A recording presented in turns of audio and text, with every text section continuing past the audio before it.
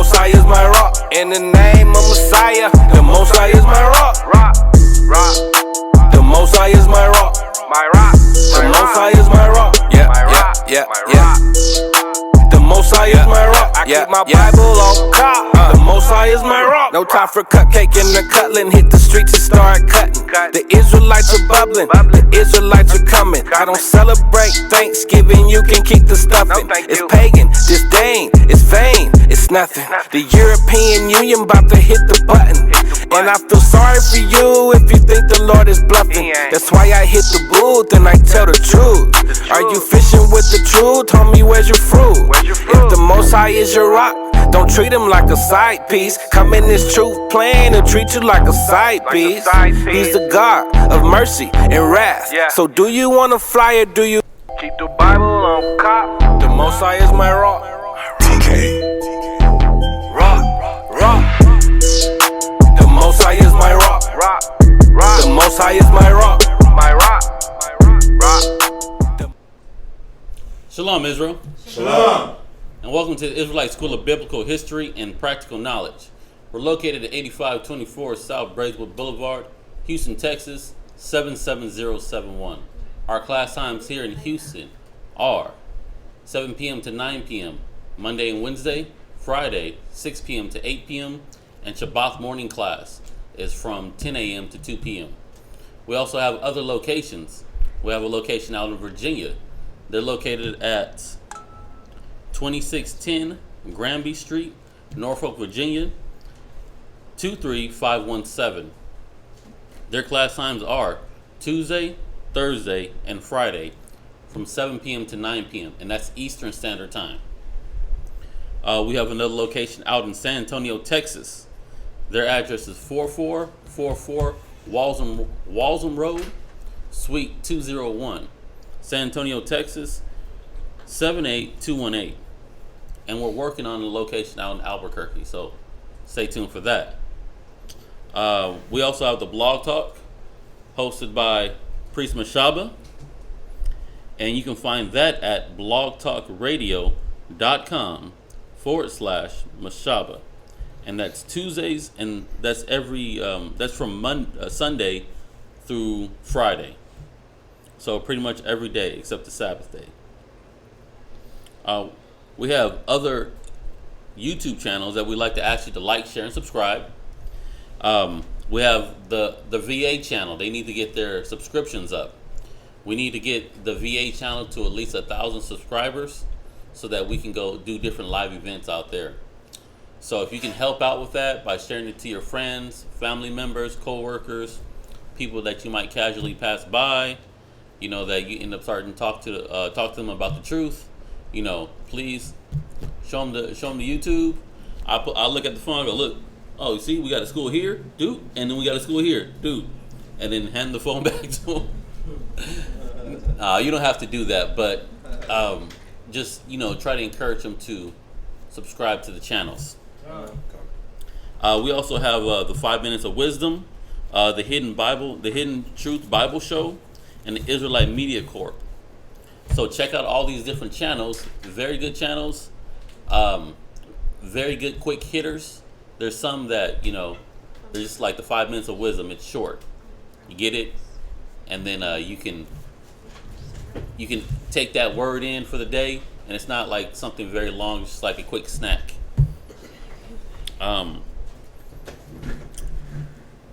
We are doing a monthly subscription through Israelware. You get a T-shirt for $35. It's called Fringed Up. So with Fringed Up, you can get a T-shirt for $35 a month. You get a new T-shirt, new fringe T-shirt. It'll have some decal on it, fringed, and it'll be a new shirt every month. So it's just constantly coming in every month just for $35. Or if you want to get a shirt with a headband to get your game up, you can get that for $75 a month. So you sign up for that. Real dope headbands. The sisters put good quality work as far also with the fringe shirts. I'm about to get me some. I gotta get that subscription. So look out for that. Sign up for that. You can find that at www.isbhpk.com/Israelware. Okay. If you need to reach a priest or teacher, you can reach Priest Kazakia at, what's his new number? I'm sorry. I got it. 757-300-4047. So that's 757-300-4047. And he can be reached on that number. Please text only during class. Or you can reach Priest Quatazat at 303-557-8979. We also have a business. It's called Sweet Ambiance, where we sell your aroma therapeutic oils, fragrance body oils, keep you smelling good, keep your house smelling good. Anything when it comes to fragrance, we got you covered. And also help support the school. So check us out at sweetambiance.com. If you want to make any donations or drop any alms, you can put that into the Wells Fargo account. That number should be there on the screen, or the Google Wallet account, and that should be there as well. If we're in need of notebooks, pens, highlighters, desks, tables, chairs, dictionaries, apocryphers, Bibles, anything that you can donate to the school that will further edify your people, our people, will be greatly appreciated. And if you reach Priest Quatazab, he can give you a good address to send these items. So hit up Quatazab, and he'll more than happy give you a good address to send those items to. Don't send them to the school, because we're not in the school building like 24 hours a day, and we don't want to miss the package and it ends up getting sent back. All right. And as far as the announcements, that's it. Con. So we're going to go into today's class, man. Today's class is going to be about, well, it's titled The Mind State of Building a Nation. The mind state of building our nation. We're going to touch on a lot of different things that we deal with right now that hold us back from that growth process, that hold us back from that process of us actually building and like the scripture says, to rehearse the righteous acts, right? So we're going to touch on certain things that's still holding us back, certain things that hasn't been weeded out of us, where we could take the next step as a people. And this mindset, it should be starting to get weeded out of us, to where we can start trying to move forward. Because we got the Most High on our side. We got the wisdom, knowledge, and understanding of the creator of the whole earth, of the creator of the matrix, per se. The maturity or lack of maturity in our nation, we're going to touch on where are we, what point are we in our lives, and us putting away the past and moving forward. And we're also going to touch on how do we do that? How does that growth process starts? So Deuteronomy chapter 4 and verse 5. Go ahead. Deuteronomy chapter 4 verse 5. Behold, I have taught you statutes and judgments. Did the Most High not? Con. Did the Most High not teach us statutes and judgments? We learned we were Israelites. Oh my God, Christ is black. What? I'm part of the 12 tribes of the nation of Israel. What? I'm not a Gentile. What? All that. So what's next? That was the question that a lot of us asked. Okay, I'm an Israelite. What do I do? Well, you keep the law, statutes, and commandments of the Most High. He taught us. So as you start coming to class, you start watching online, you start studying, you start learning what the Most High wants from us. Read it from the top. Deuteronomy chapter 4 verse 5. Go ahead. Behold, I have taught you statutes and judgments. He taught us statutes and he taught us judgments. So the statutes is the commandments, right? Everything that's written in the book, the do's and the don'ts. And then he taught us the judgment side. If you do these statutes, this is what's going to happen. If you don't do them, this is what's going to happen to you. He taught us both. Read. even as the Most High, my power, commanded me. Go ahead. That ye should do so in the land whither ye go to possess it. And the thing is that we were supposed to do this back in this time, of course, is when we was being led out of Egypt to go to Israel. Mm-hmm. We were supposed to do this in our land of Israel, and we would prosper in our land. Well, obviously, we didn't do it we couldn't do it to its full extent, but a lot of what the Most High told us, we didn't do it, and that's what made us fall. We became disobedient. And even to this day, you know, us learning the truth and learning about the Most High, we're still disobedient, or we're still having battles and struggles with shedding that old man and the old ways and the old thoughts. But the scripture says that we were supposed to do this in the land that we go to possess the land. So when you look at the barrios, did I say it right? Yeah, I rolled the R perfect. Nice. When you look at the barrios, the hoods, the slums, the ghettos, the projects, when you look at all those, it's not like there's not money flowing through them. There's money flowing through them. It's just that we don't have no money we don't have no wisdom for us to say, okay, let me start building my place. I watched this documentary last night. It's about the hyena men in Nigeria, right? And they like train hyenas and they train snakes, but they do it using voodoo. But the point that I was getting at was, like 50% of the population in Nigeria is in poverty, live in poverty, that they don't have clean water. But as they're showing the documentary, they're like, yeah, these people, they don't have access to clean water. But I'm like, but there's water everywhere. You got rivers, and I mean, you got like small rivers, small lakes with waters running by. But why do they not have access to clean water? Because they just dump their trash in the water. They just dump the trash is in the water. Like they don't keep their place clean. So because they don't keep their place clean, their area just looks poor. It looks dirty. It looks filthy. It probably stinks. And they don't have clean water. But you have water running right here.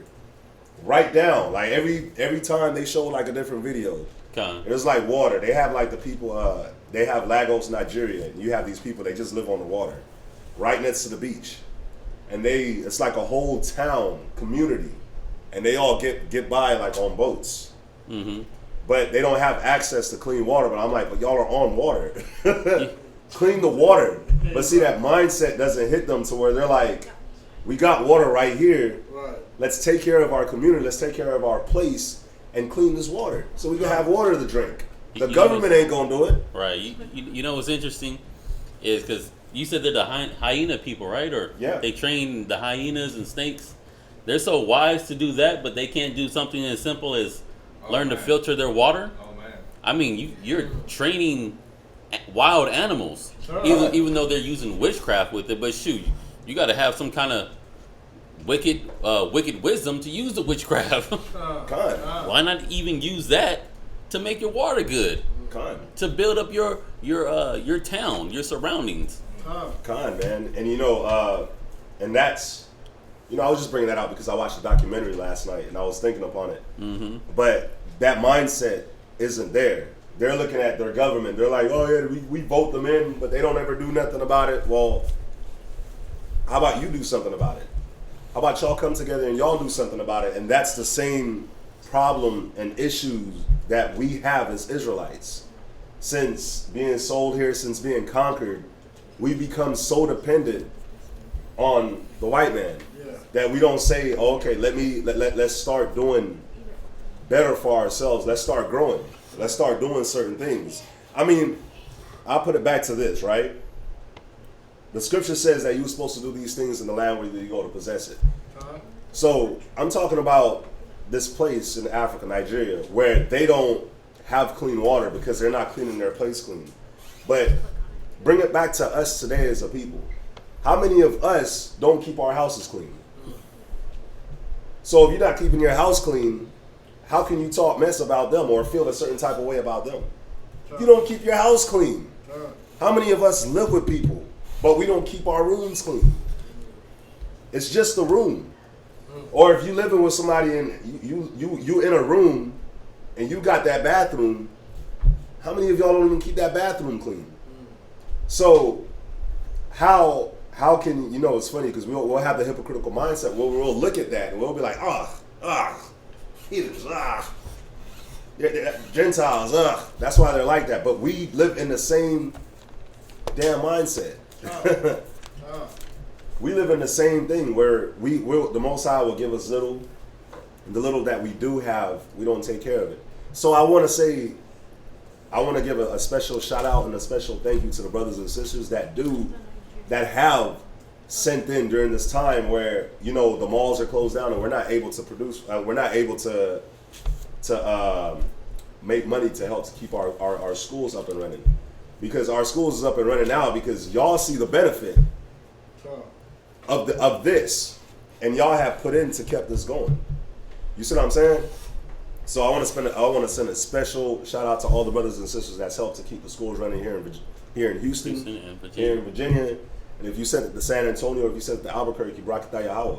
I want to send a special shout out to all of y'all because y'all saw what was going on, but that mindset was in y'all a little bit to say, you know what, let me give a little bit. I might not have a lot, but let me give. And even if I can't give, I'm in these seats. If I can't give, I'm still in these seats to at least learn. Or to give yourself. Yeah, you gave yourself. You know what I'm saying? So I want to give a shout out to the brothers and sisters that did that, man. But yeah, let's read verse. You had something to say, Ricardo?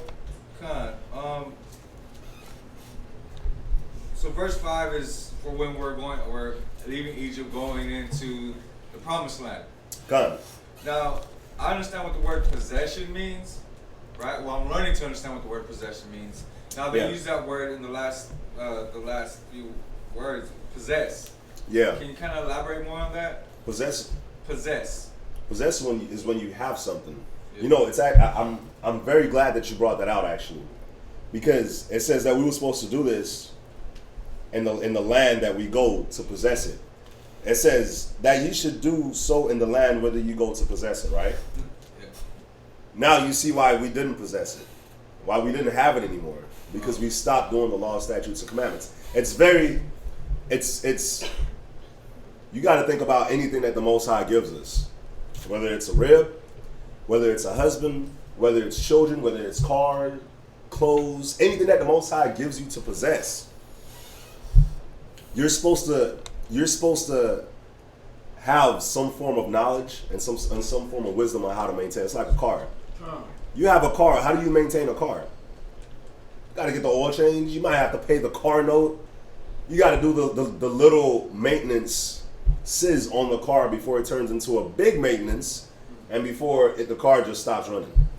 So what it's showing is we had to make sure that we were doing maintenance. We had to make sure that we was doing certain things to keep it in our possession. Can I add something? Saying? Yeah. You know, even us going through all the captivities that we've been through, all the different slaveries, and even in this last one, everyone here that's starting to come to the knowledge of the truth, eyes starting to be opened up, ears opened up, being enlightened with the truth. There's a possession.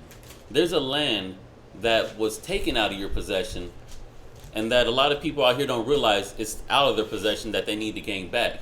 And that land is that land of your mind. Think about the land of your mind. Yep. Now, you don't have possession of, I'm not saying y'all in here, but you don't have, I'm just speaking in general. Y'all don't have possession of your mind. That field of your mind, you don't have possession of it.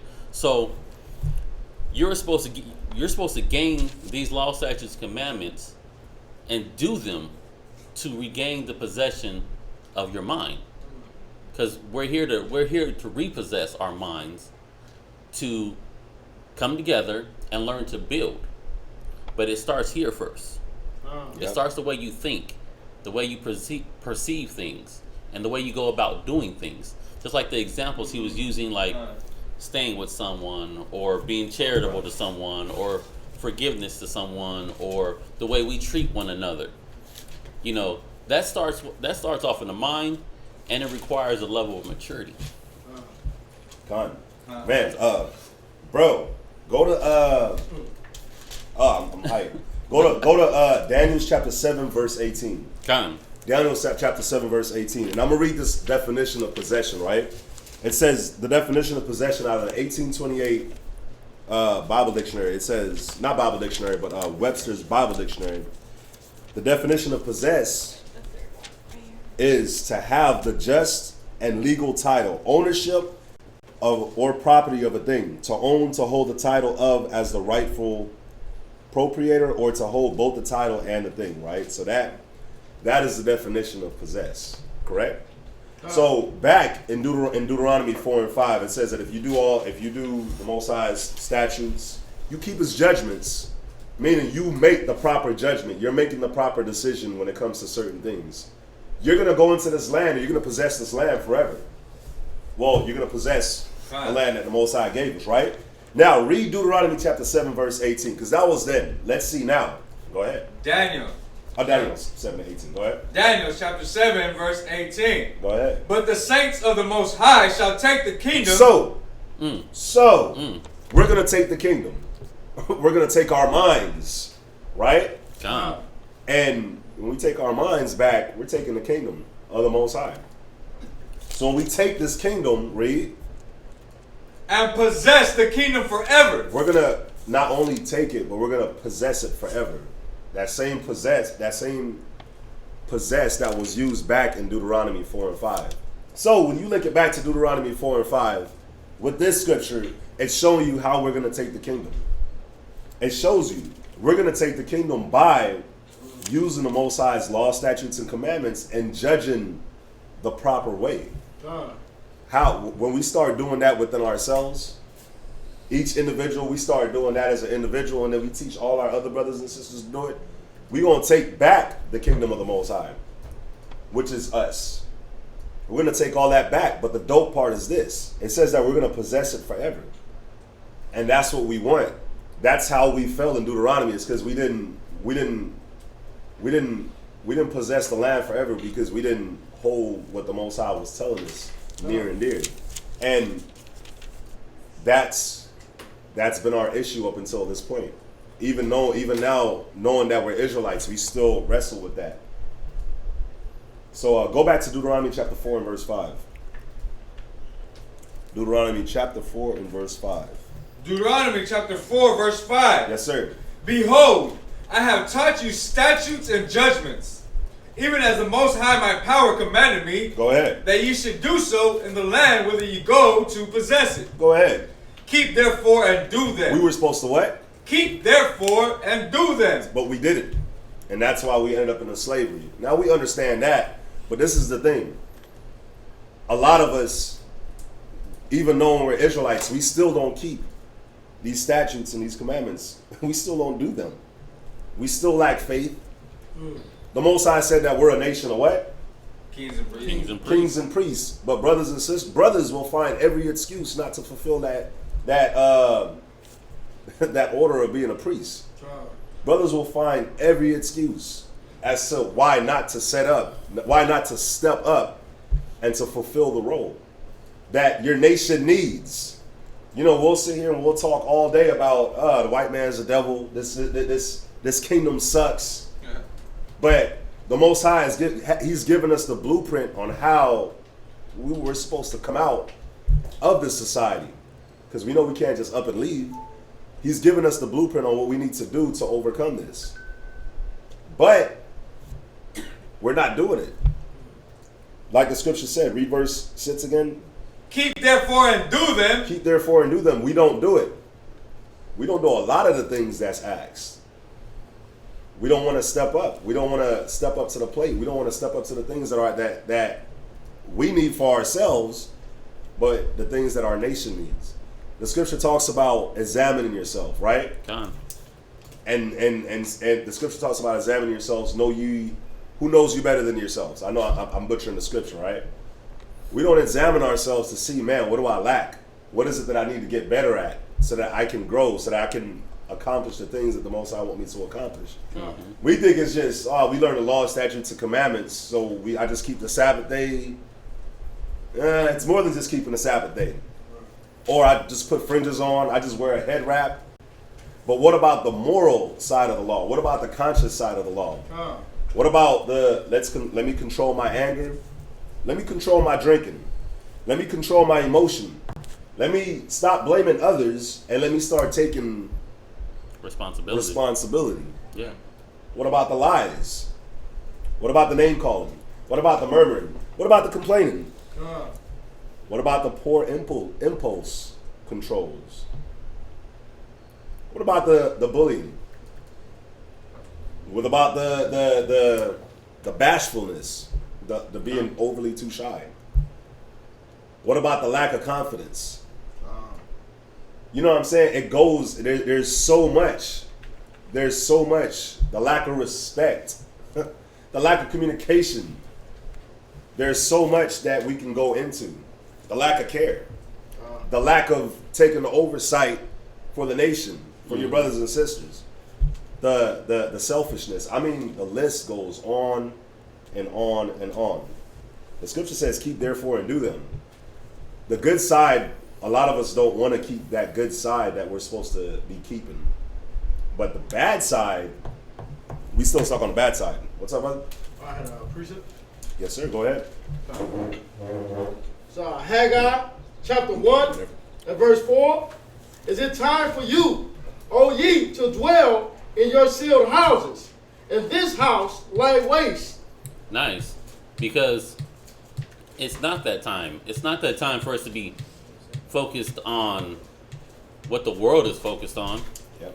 We need to be focused on the spiritual things. We need to be focusing on growth. Growth as a nation, growth as individuals.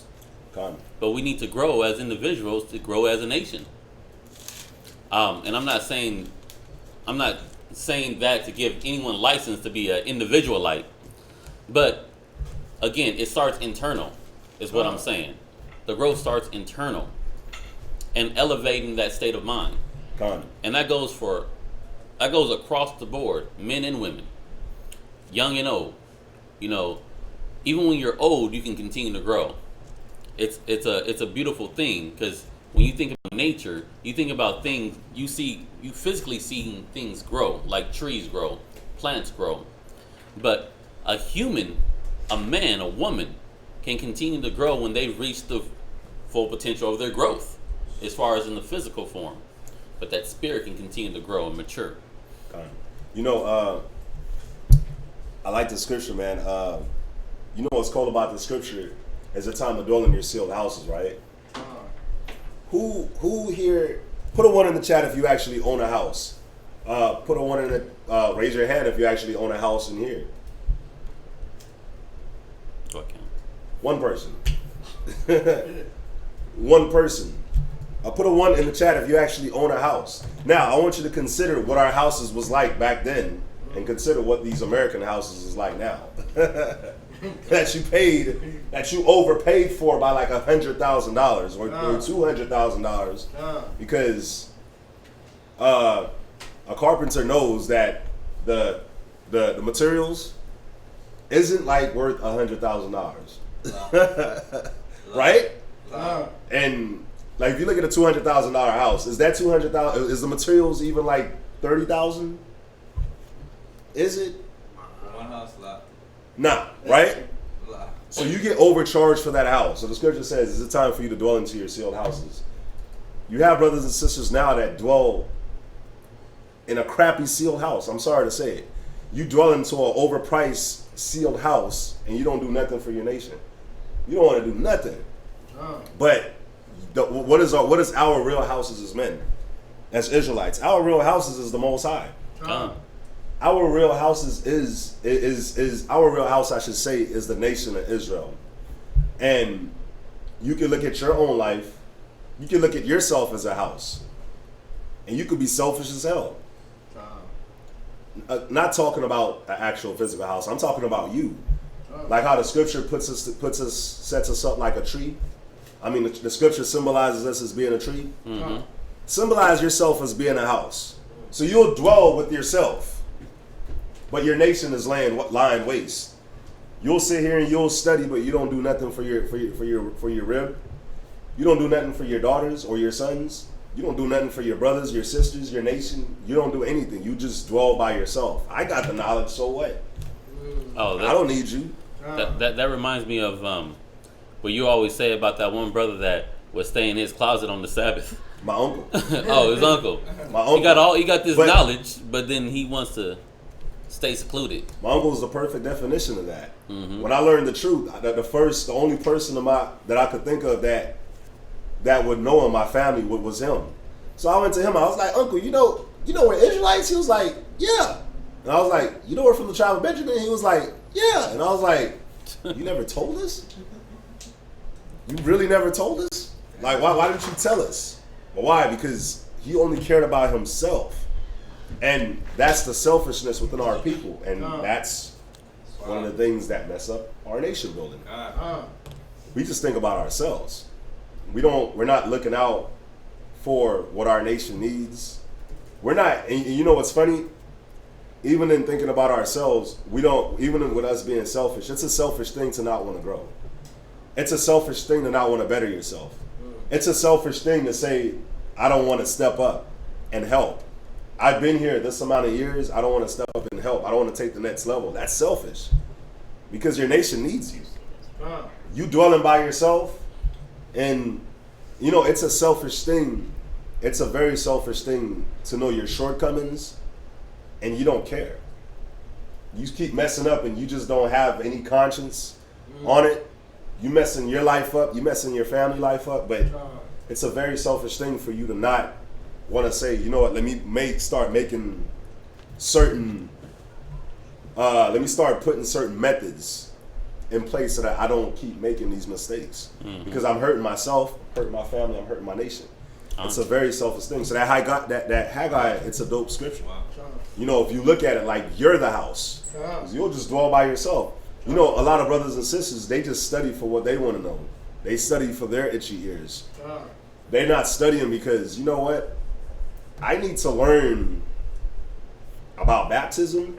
I need to learn about Immaculate Conception. I need to learn about the things that my nation is stumbling on. I need to learn how to give the answers to what my nation is stumbling on out here. I need to learn how to combat the lies that we've been taught through religion and through what the white man taught us in this theology school and all that.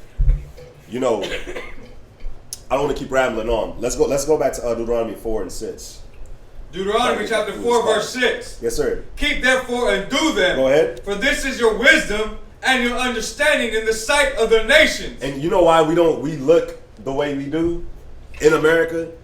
One reason why the blacks, Latinos, and Native Americans look the way we do in America. Why Asians, Arabs, Indians, who else? Hamites can come over here and just get out the hood and get off of food stamps and welfare and just grow. And there's a Chinatown 2 streets up. Like there's the reason why they can do that is because they have certain. First of all, a lot of them are disciplined. Even in their wickedness, they're disciplined. They have a standard to themselves. They're not lazy. Yep. They're not slothful. They a lot of them, they came from third world countries, so they seen what they had over there and they seen what's here. And they take advantage of it. But us as a nation, we're so stuck. We're so stuck on what they've on a system, and we're so stuck in this mindset that we don't have this mindset of growth. So when you look at us compared to the nations, it's like, damn, we don't have. Why are we like this? I used to do that before I came into the truth. I used to be like, damn, why is my people like this? How come we the number one people incarcerated? But it's because that wisdom and that knowledge of the Most High, it's not there. We don't have it. We're not like the nations. The Most High didn't put His mark on them. He put it on us.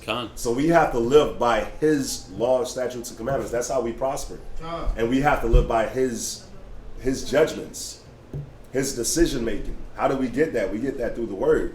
We didn't have that, and that's why we look. That's why we're at the bottom, and that's why these nations, they can look at us the way they do. Ricardo, you was gonna say something? Also, like in the sense like Chinatown or the Arab town or whatever other town, the Khazar town. Right. They got rich again because we were wicked. We didn't we held true to the statutes. We hold true to these judgments. So that's just another slap in the face for me right now, because in verse 6, as it says, for this is your wisdom and your understanding in the sight of the nations. Like, they don't see me like, as I'm walking down the street, they're like, look at that Mohawk, look at that Mexican, look at that tatted up dude. They're not looking at me like, wow, that man's walking with some wisdom. That man's walking with some light. Right. They're looking at me like, now you a damn fool putting a damn bug of a tattoo in the middle of your head.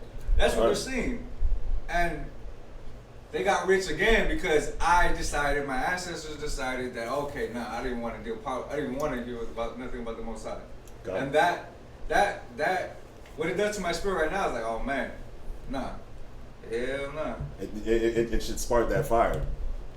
It just sparked that fire for, like, you know what? Let me keep doing what I need to be doing. Because the scripture, it's funny, we're gonna hit it. It's in 2 Corinthians. It talks about how it's like I'm not gonna give it away. Let's not jump. I'm not gonna give it away. I'm not gonna give it away. But you know, another thing that I wanted to mention here, it says this is your wisdom and knowledge in the sight of the nations. Right now, our people are Gentiles.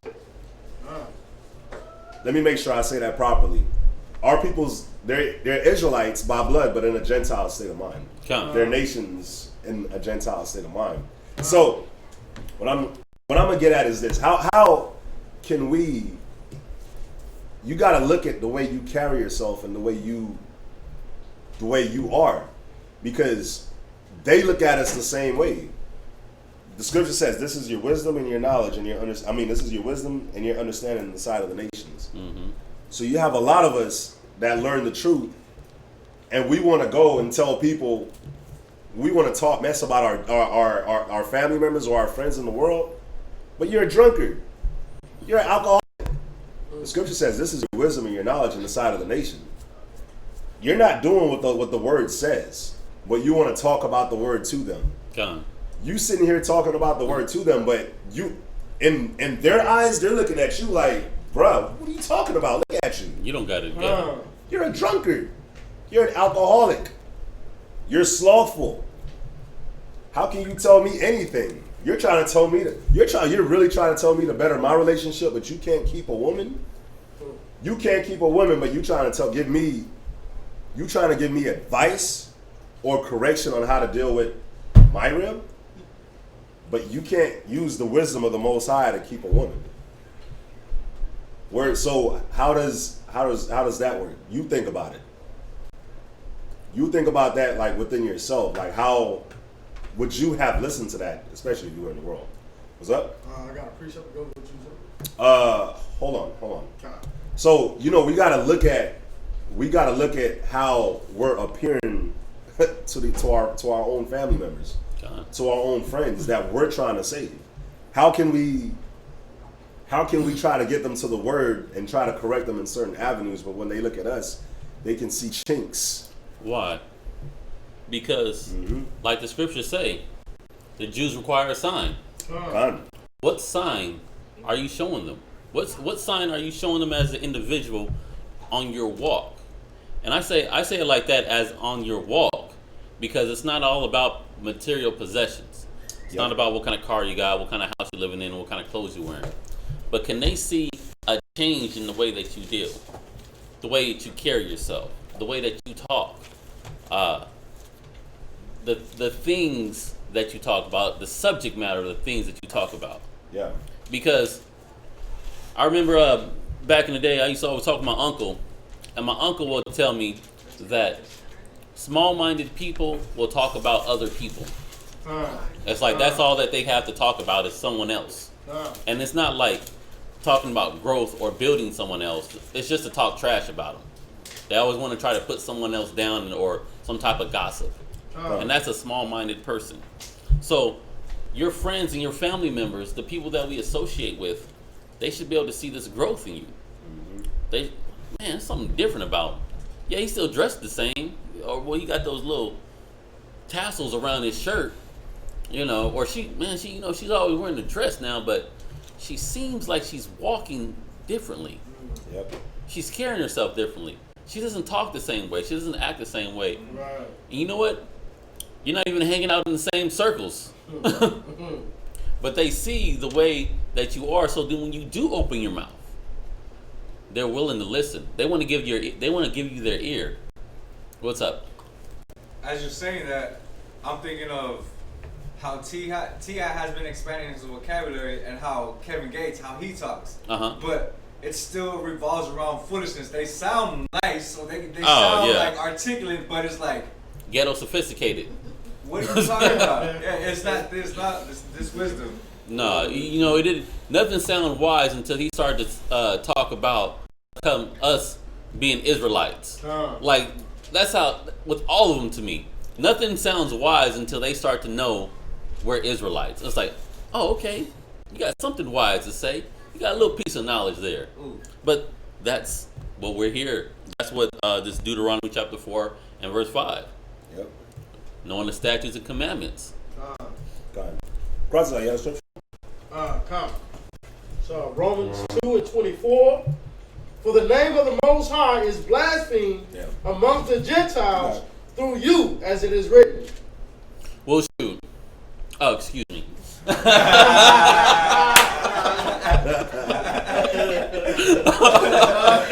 So. Oh man. We're laughing because we had a thing last night. Yeah. Well. Yeah. Like Rob had explained, our people are Gentiles. They're Gentiles in the mind. Yeah.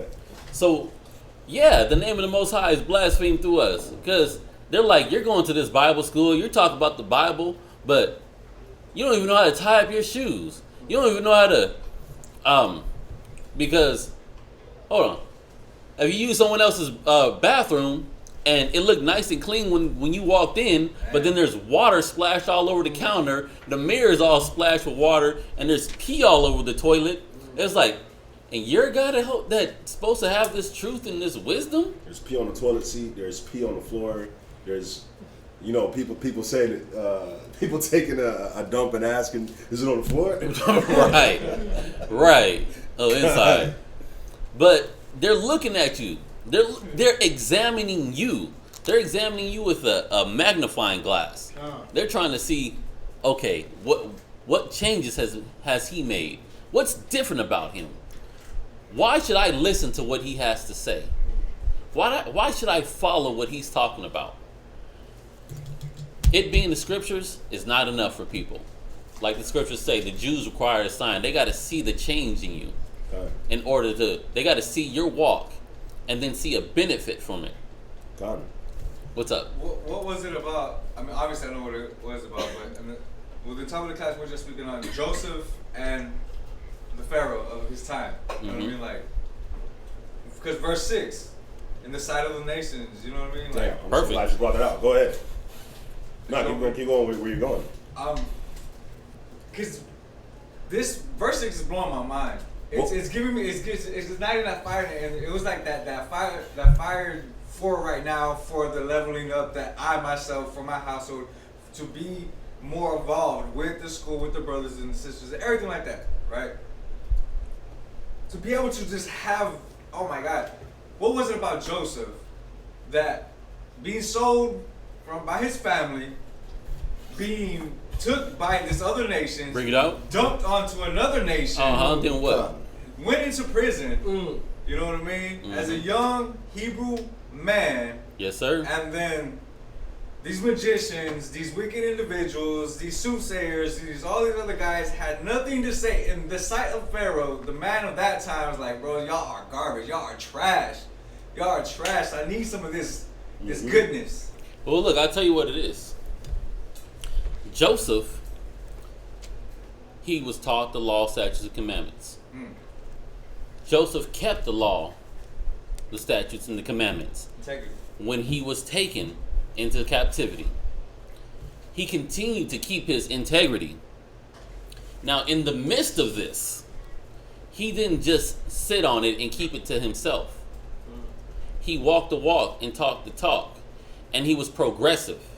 He didn't stay stagnant. He displayed and showed growth, mental growth. Now, with that mental growth, they're like, man, this guy, he stays on top of things. You know what? Let me give him a little bit more. And then he'd take a little, because what Joseph did in the realm that he was in, he grew outside of the box that he was put in. Yeah. So he outgrew his position. Just like y'all up and coming. Oh, smash. Troopers, soldiers, officers of 50s, officers of 100s. You know, you grow out. You're supposed to grow out of your position. You're not supposed to just stay within your growth of the position. You're supposed to outgrow your position, and then you get increased to that growth that you actually achieved. That's how it happens. Whoa. What you got, sis? Wouldn't that be just like they say, I heard this the other day on the radio, the guy's like, you're a seed, and the darkness of seed, it goes to its breaking point, and the breaking point, that's like, you think it's horrible, but really it's gonna blossom. So like, you outgrow it, you're blossoming and eat like a tree, like they go through many stages. They do. It becomes that big, huge tree, and And bears fruit. They do, exactly. Right on point, a seed. The seed grows outside of its shell, but it actually starts inside the shell of the seed while it's germinating, and it pops out and it continues to expand its spot. You know, it's like Mashaba said this once when he was teaching out here. Mashaba said that, you know, when you look at a butterfly, right? The butterfly first is a caterpillar. Before that caterpillar turns into a butterfly, the caterpillar has to break through its shell. Now, it's very hard for the caterpillar to break through the shell. But once the caterpillar breaks through the shell, then you see this beautiful butterfly that can fly, that couldn't fly before, that it's just beautiful, right? But the thing is this, if you help that caterpillar, if you help that butterfly break through the shell, he's gonna be weak. That butterfly gotta be able to break through the shell on its own. But if you open it up for him, it's gonna be weak. And that's the thing. So you can ask yourself, man, why does the Most High put us through everything that the Most High puts us through? Well, the Most High just did everything for you. You'll be weak. You got to learn how to do stuff too. And that's part of the class that we're going through, is that a lot of us, we're stuck in that stage where we want people to do everything for us. Nah, we gotta start taking the initiative to do stuff for ourselves. We gotta, like, if you're staying with somebody, you gotta start taking the initiative to get your own spot. If you working a job that ain't paying you nothing, you got to start taking the initiative to get a job that's going to pay you more. Because the Most High wants to see the prosperity of His saints. The Most High, He's not giving us this word for nothing. This word is a gold mine. This word is a lotto ticket. I like to use it as a lotto ticket because you could do whatever you want with it. It's the word is it's powerful, man. And I'm gonna use it like the Matrix movie. When Neo woke up and they plugged him in, if he wanted to learn Kung Fu, he could learn Kung Fu. If he wanted to learn Taekwondo, he could learn Taekwondo. If he wanted to learn how to fly that helicopter, he could fly that helicopter. They just programmed it into his mind. That's if you watch the movie. It's the same thing. It's the same thing. The scriptures say, ask and you shall receive. Now we go into classes that go into the asking part. But the scripture gives, the word gives us everything that we need for us to prosper and for us to grow. And that's the thing, is that the scriptures say, taste and see that the Most High is good. If you have faith, you'll tell this mountain to remove. So that entails you putting in work to move that mountain. Like what Zop said, one brick at a time. That's how we got to look at it. We got to start putting stuff like, okay, if I want to be a soldier, if I want to be able to teach, the scripture says strive lawfully, one brick at a time. You want to be able to teach the word. You want to be able to drop certain classes and have scriptures. Well, one page at a time. You see what I'm saying? That's what we have to look at for ourselves. So, Ricardo, you were saying what made Joseph stand out to where he could go to jail and Pharaoh, he can get sold into slavery, go to jail, and Pharaoh take him out and say, you know what, you're right under me. Bruh, that could happen to any of us. Any of us. Why? We always say he used the Most High's laws, statutes, and commandments, right? True. But what is it? Well, I'll go over some things. Let's go over what the word teaches us. When we say these brothers and sisters use the laws, statutes, and commandments, the Most High's word, right? Through their situation. Let's see. This word teaches you how to be humble. So you learn how to be humble. So Joseph used humility. Gone. The word teaches you to be brave. Joseph became brave. It wasn't scary. Okay, you gonna sell me here? Okay, I'm in jail. You can't be a punk in jail. Right. So Joseph obviously was brave. You can't really be a Bible toting guy in jail. I never been to jail, so maybe I'm not the guy to talk about that. But if you go to jail, you kind of want to be the hard guy, right? But Joseph obviously, he knew the word, so he wasn't in there like on some sagging his pants, swole, beat you up type stuff. But he was still brave. You see what I'm saying? So the word teaches you to be humble. It teaches you to be brave. It teaches you to have courage. It teaches you to be serious. A lot of us, man, we play around too much. It's time for us to be serious. We're grown men. We're grown women. We got to be serious about what we want. We got to be serious about the times that we live in right now. It's not, we're going to go into it. I don't want to jump because we are about to go into it. But we got to be more serious in the things that we want and the things that we want to accomplish. Joseph was resourceful in his mind. He was always thinking about growing and doing more. And it showed when the happened, the drought. The fact that he was resourceful in his mind, guess what? During the drought, he was still resourceful. Joseph knew how to abound, and he knew how to abase. The word teaches you not to be stubborn, but to be stubborn for the Most High. When I say that, I mean you're not stubborn when it comes to what the Most High is telling us to do, but we're stubborn in nobody can get us to believe in anything that's not the Most High's word. You're adamant is the word. The word teaches you to be loyal. To be loyal, not selfish, generous, confident, respectful, considerate, brilliant, creative, imaginative, independent, carefree, studious, intelligent, honest, adventurous, hardworking, daring, not lazy, helpful, cautious, polite, being a leader, demanding. Because we got to be able to demand stuff from ourselves. Loyal, loving, eager, hopeful, ambitious. And that's another word. I'm glad it hit me. I'm glad this was one of the words that came up. Mature is one of the words too. Quiet is one of the words. But ambitious. We got to be more ambitious as a people. For too long we just settled. We settled when it came to jobs. We've settled when it came to spouses. We've settled when it came to our appearance. We've settled when it came to our health.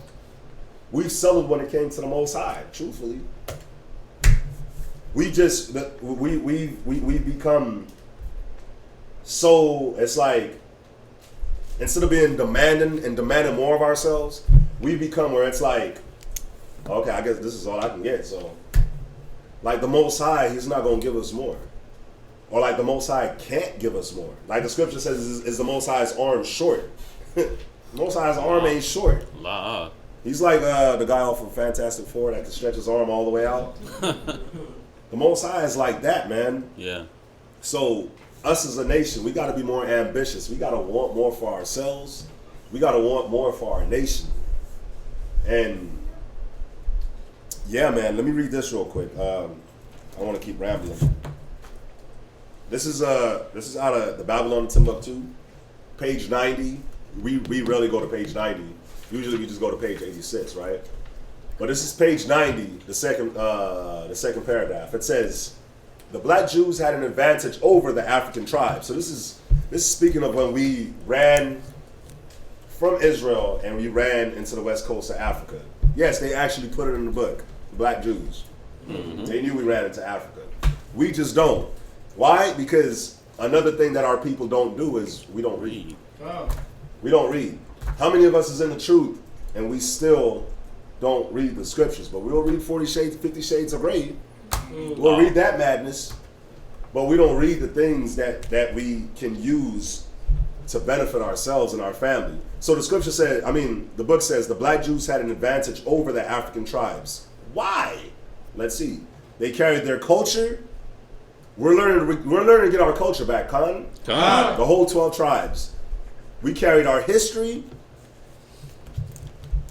We got to read the book, which is awesome. You know, every Shabbat class, we read through the Torah. We read through our history. We got to read more.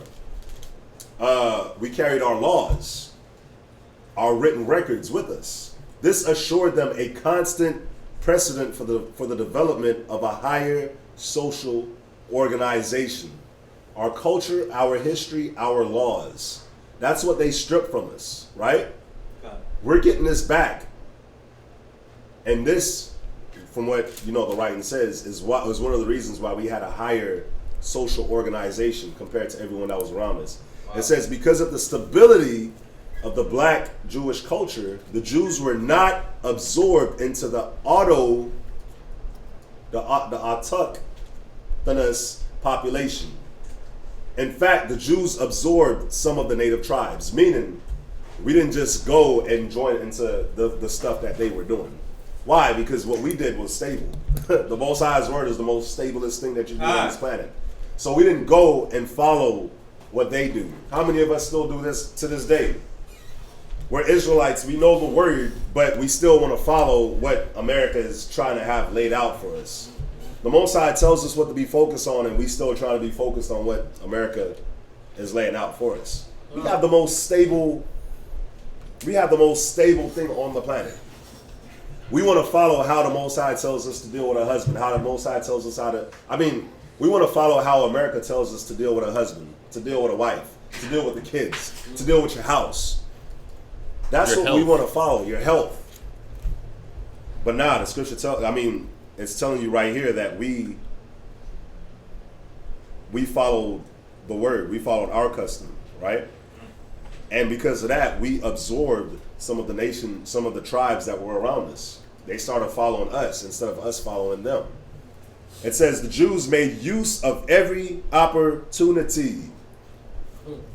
We're supposed to do what, class? Make use of what? Every opportunity. Every opportunity. Your mind shouldn't be on autopilot. Just like Jacob. Jacob, he used the opportunity to get the birthright. Making use of every opportunity from the womb. We're supposed to be making use of every opportunity, man. Where can I get better? Where can I grow?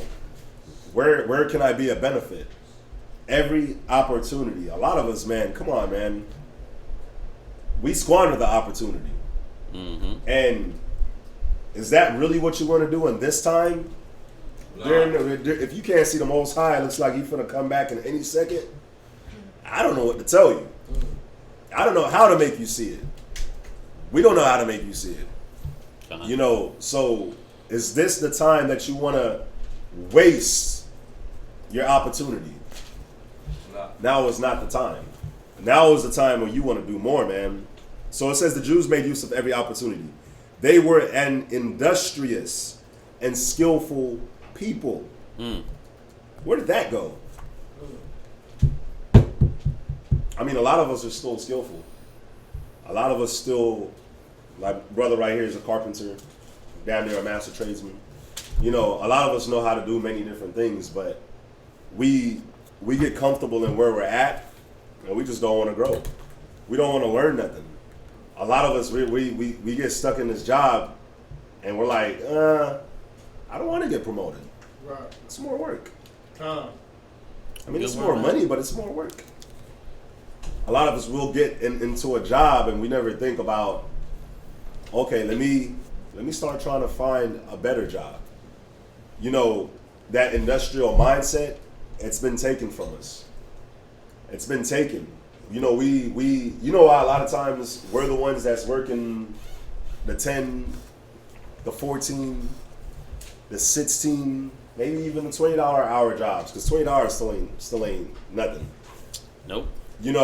A lot of times it's because we don't have that forward thinking mind, like, oh, okay, I can do this. If Esau can do it, you can do it. So easy a caveman can do it. The caveman is doing it. If the baby eaters The Asians can do it. Like, everybody's like, the Asians are good at math. Well, you know why we're not good at math? You know why we weren't good at math? It's because we were playing basketball all day. We were putting a round ball into a round hoop. Or we were playing Fortnite all day. Or we were, what do the little girls do? We were playing Just Dance all day. We were dancing. We were listening to music. We're outside jump roping. I mean, it's cool. That's awesome. Nothing wrong. Nothing wrong with doing that when you're a child. Nothing wrong. But our parents, they didn't really know how to teach us. Yeah, they didn't help us. Yeah. Make that transition from Yep. child to adult. So us just growing up as weeds and wildly either learning from friends and getting a little bit here, a little bit there, that transition to adult mindset, there's pieces that got missed. So in a man or a woman, there might be pieces missed of mental stability or maturity. Go to, somebody give me Ecclesiastes 11, 9, and 10. Let me finish this up real quick. I want to get through some of this. It says, we're an industrious and skillful people, right? It says in the Jewish Ghanaian states were found kings, princes, governors, generals, secretaries, treasurers, revenue agents, judges, architects, engineers, doctors, historians. You know, it goes into a whole list of everything that we did. You know, I'm going to read the list. I'm going to actually read this list. Okay. I'm going to read it. You know why? It's important. Because it is important. Because our people, you know, we get stuck in the men. It's like, oh yeah, I'm just going to work in a warehouse. Yeah. Just work in a warehouse, do a warehouse job. Yeah, like, we're not thinking bigger. It's still like the slave mentality type of thinking. And I don't want to just make it about like the jobs and the cars, and I don't want to make it about the jobs and the money and the carnal possessions. The reason why we're going into this is because if this doesn't get changed, how much more are you going to be like this when it comes to the work of the Most High? How much more are you going to be like this with your family?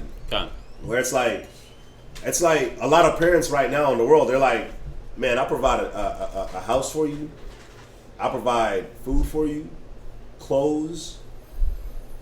I did my job. You know how many times I've heard, man, my daughter, she made it to college, man. She wasn't on the strip pole. She didn't make it to the strip pole. You did a good job. That's where the mindset has been.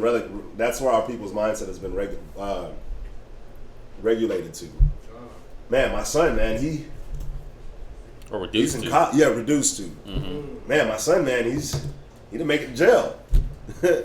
You know, but we should want better. We should want better for ourselves. You was gonna say something? I was gonna say just add on, like when we talk about how the Most High said this is our wisdom in the sight of the nations. Mm-hmm. And then when you finna go through this list, reading all the things we were skilled in. Yep. So now getting distracted by like what it was last year. Now we're worried about what chicken sandwich tastes better. Is it Popeyes or Chick-fil-A? Or Chick-fil-A? Right. Bro, I'm glad you brought that out. I'm glad you brought that out because you ever saw Asians worry about, man, I wonder what baby we gonna eat. I wonder what babies. You don't see that. Man, what babies taste better?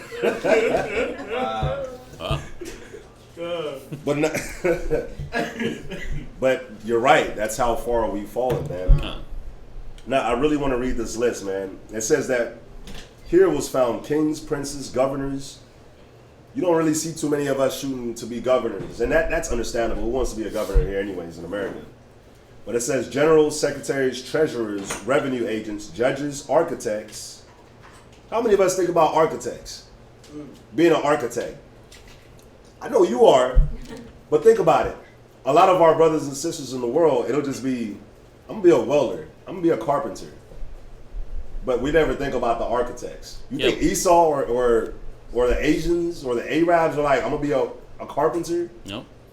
not to put anybody down that do these jobs. No. But I'm just showing the mentality of our people. The nations, they're not thinking like that. They're like, we gonna be the architects. We gonna be the one that draw the blueprints.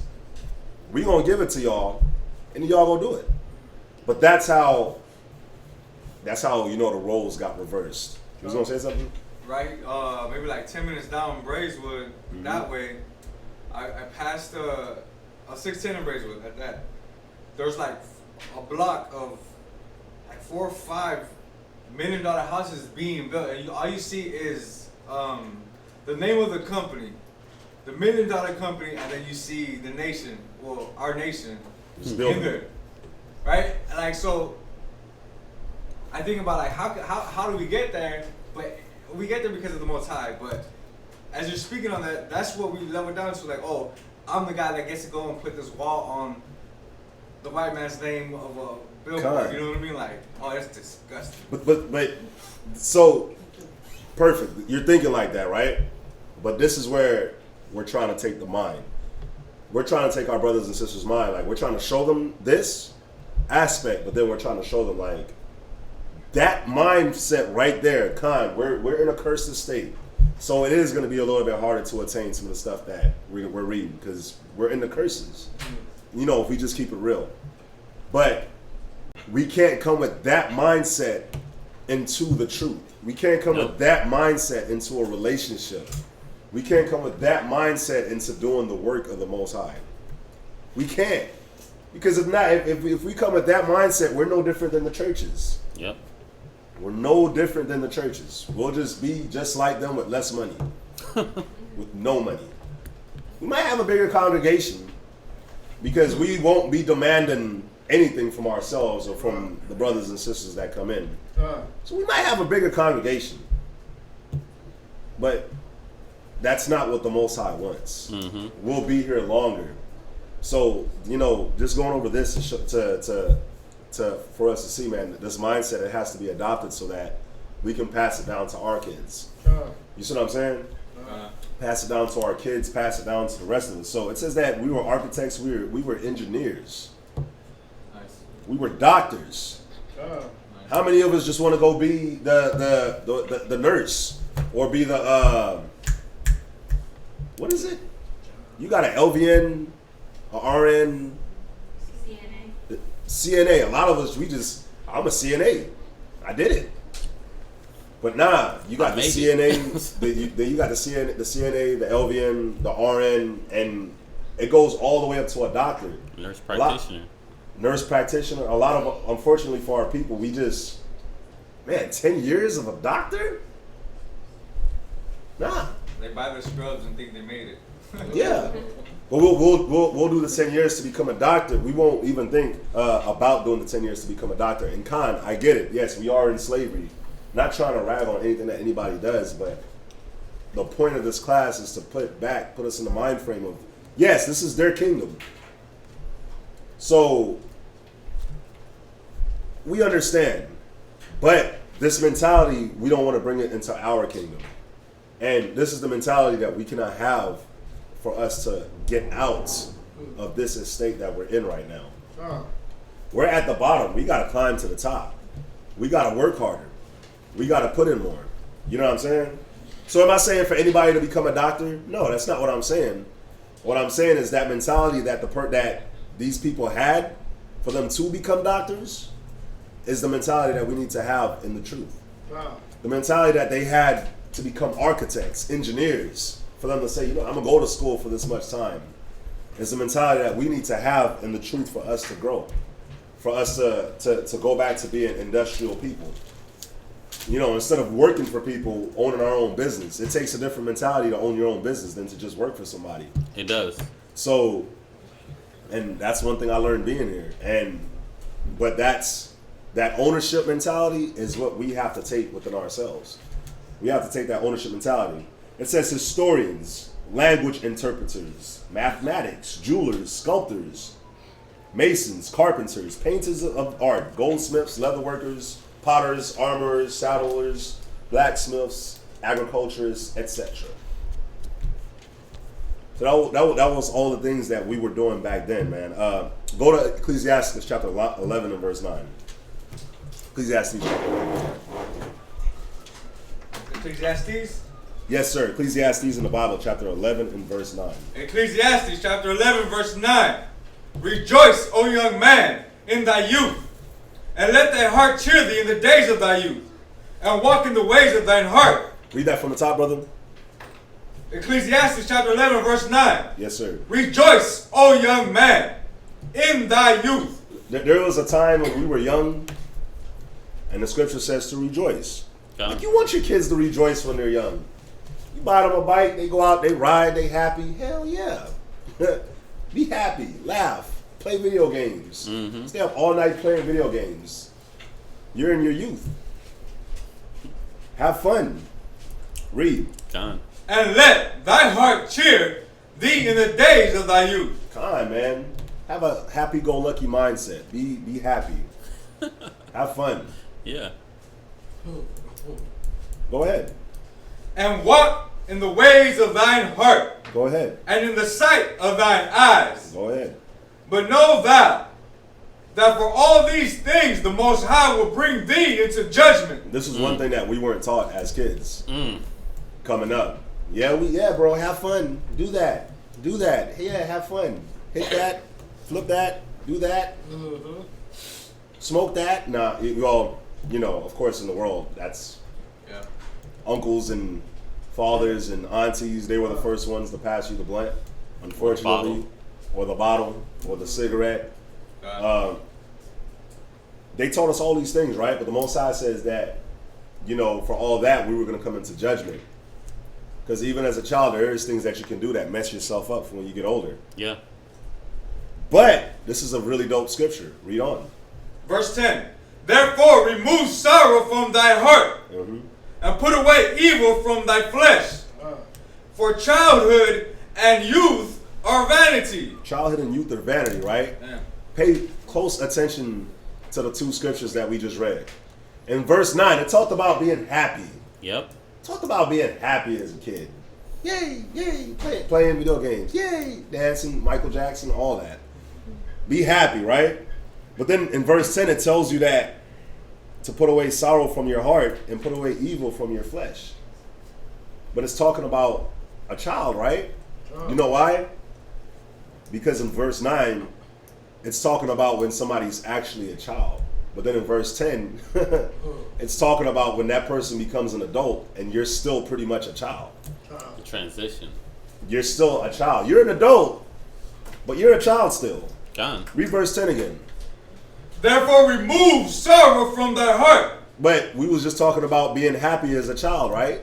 But when you're an adult, when you're grown, but you're still like a child, then you end up getting sorrow in your heart. You know why? Because a child is irresponsible. And a lot of us, we grow up and we become irresponsible. We never put away those childish things. So now you got sorrow in heart.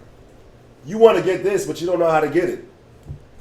You want a house, or an apartment, but you can't get it. Why? Because you're irresponsible. You don't know how to, You can't maintain it. You can't maintain it. So you'll get it and you might lose it. Because that maturity never kicked in. You will want a rib, but you can't get a rib because you wouldn't know how to teach your rib. What are you going to show her? So why would the Most High give it to you? Same thing for a husband. Same thing if you're a woman with a husband. Are you learning the things that you need to learn for when the Most High presents the husband? Because the scripture says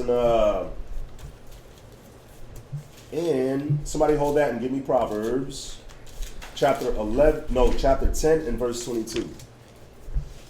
Proverbs chapter 10 verse 22. Go ahead. The blessing of the Most High, it maketh rich, and he addeth no sorrow with it. Because when the Most High blesses you, it's going to make you rich, and it's not going to add any sorrow. So imagine if you get blessed with something and you lose it. Isn't that a sorrow? Imagine you get $1 million or you lose $1 million. That, bruh, I just wish you never gave it to me. Imagine what Mike Tyson dealing with. Imagine what all these rappers and all these celebrities are dealing with because they've gone broke. Imagine what Young Jock is dealing with. Young Jock does Uber now. Well, Millions of dollars. And he's doing Uber now.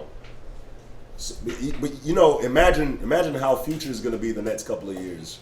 The rapper Future. You got all these kids and your child support is hitting so much.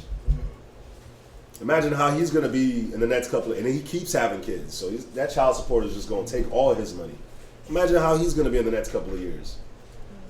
But that's why the scripture says the blessing of the Lord, it maketh rich. And he adds no sorrow unto it. A lot of us, man, we don't get that blessing because we just don't know how to maintain it. The Most High never gives it to you. He's like, my word says that it's going to make you rich. And I'm not going to add no sorrow into this blessing. Why would I give it to you if you're going to lose it? Why would I give it to you if you don't know how to take care of it? You do that with your child, don't you? I remember with my mom, I used to be like, Mom, can I get an Xbox? When I was young, she was like, you don't clean your room. Oh, yeah. No, I actually did clean my room, but I'm just giving examples. But you don't clean your room. You don't put your food up after you eat. You don't do the dishes. You don't sweep. You don't mop. You don't take the trash out. You don't make your bed when you wake up. You don't do laundry. You don't cut the grass. You don't dust. I mean, I'm just trying to go through all the chores. You don't keep your shoes clean. So why am I going to buy you new shoes? You can't keep these shoes clean. Why you want some all white Air Forces? You don't clean your shoes. These are all white Air Forces. Why would I give that to you? But think about how you would look at your child like that. Now think about it in the mindset of how the Most High looks at us. Now think of you being that child and why the Most High doesn't give you the things that you want or the things that you need.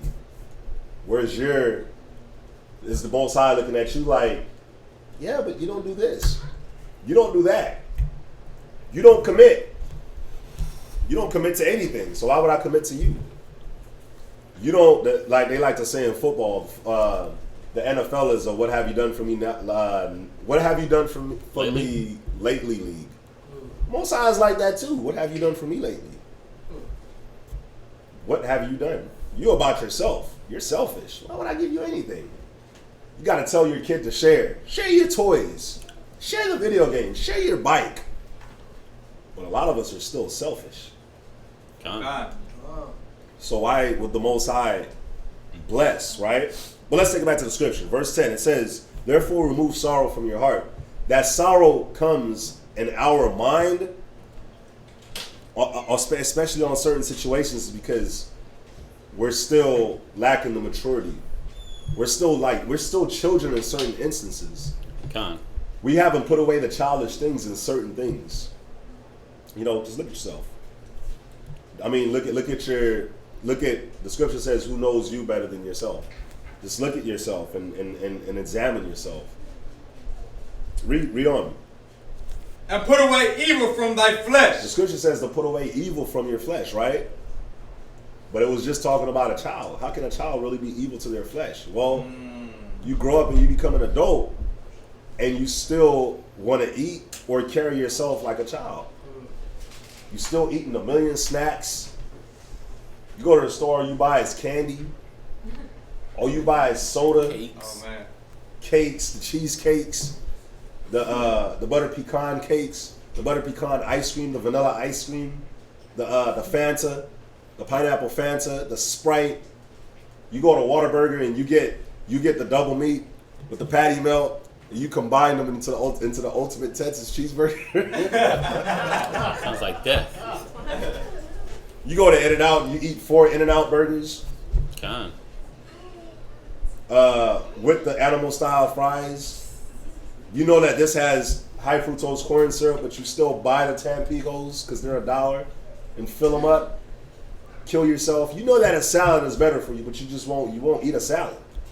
You're still, that's why it says you'll have the evil in your flesh, because you still will be eating like a child. The child just wants sweets. Junk Child food. just wants sweets and junk food. What you want to eat? What you want to eat, DeAndre? Oh, I just want some pizza. I want pizza. They're not gonna say a salad. They're never gonna say. They're not gonna something say, healthy.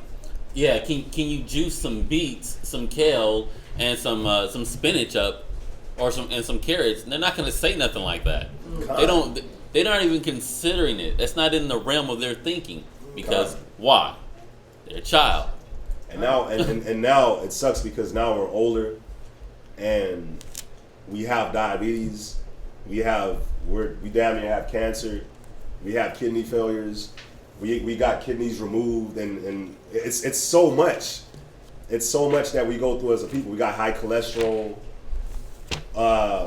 People in my family are obese. People in my family got their legs cut off because of diabetes. I got both sides of my family's diabetes run rampant. Blind. There's blind people in my family. You know, I take it back to another thing. Hygiene. A lot of us are. Remember, as a child wouldn't. They don't like to take showers. You go outside and you run all day and you sweat. They don't want to take a shower. They don't want to brush their teeth. Did you brush your teeth? No, I didn't brush my teeth.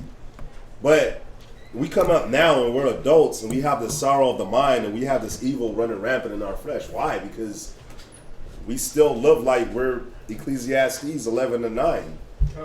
Just eating whatever, sleeping whatever, not taking into consideration. That's why the scripture says that the Most High was going to judge us. He was going to bring that judgment on us. Let me finish it up. Finish it up and then you can come in. Go ahead. And put away evil from thy flesh, for childhood and youth are vanity. Scripture says that childhood and youth are vanity. It's not vanity for a child. Because look at Michael Jackson. They say he didn't have a childhood. Look how he turned out. So for a child, there's a time to play. There's a time to sing and dance. For a child, it's not vanity. For a child to play and enjoy their childhood. That's not vanity, because if you don't let that child play and enjoy themselves, and you just lock them down, then when they get older, they just gonna do whatever they want. Preacher's daughters. Or preacher's sons. So it's childhood and youth are vanity for an adult. Childhood, the childlike thinking, the childlike actions, the childlike talking, the childlike carrying yourself, like that. It's vanity for an adult, and that's where you get the sorrow of the heart and the evil from your flesh. I was going to school for early child education, and they teach you like the best way for a child to learn is through play. So like the jump roping, like you can implement math and like reading and rhyming and doing all these different things, so that way they can transition from the child state to an adult state. Yeah. Our people don't think about that at all. That's why even in the ABCs, you got the ABC song for you to learn. That's why they put it in the rhythm, because kids grasp that at that age. Absolutely. You was gonna say something? So that definitely is hurting my spirit, it's hurting my heart right now. So being a child is evil? If you're an adult, it is. Think about it. That's what America pushes. America pushes that crap so much, man. You got these grown men in college playing college football, or they just came into the NBA, or they just came into the NFL. Man, he's a good kid. Look at him. He's not a kid. He's 18. He's 19. Right. He's not a kid. Man, look at how that kid, like Saquon Barkley, football player. He's like 20 or 21 or something, 22. Man, that kid can run the football. What you mean he's a kid? He's 22. That's what they push. That's why you see a lot of black women, Latino women, they'll be like, I got 2 kids and he's a kid too. But she's talking about her man. That's what they push. They push that. Living young and wild and free. Snoop Dogg, Wiz Khalifa, they had that song out. Oh, yeah. That's what America pushes. For you to be Peter Pan forever. No, that's not what the Most High wants. Nah. It's not what the Most High wants from us. And that's why we stay like this as a nation. Especially now.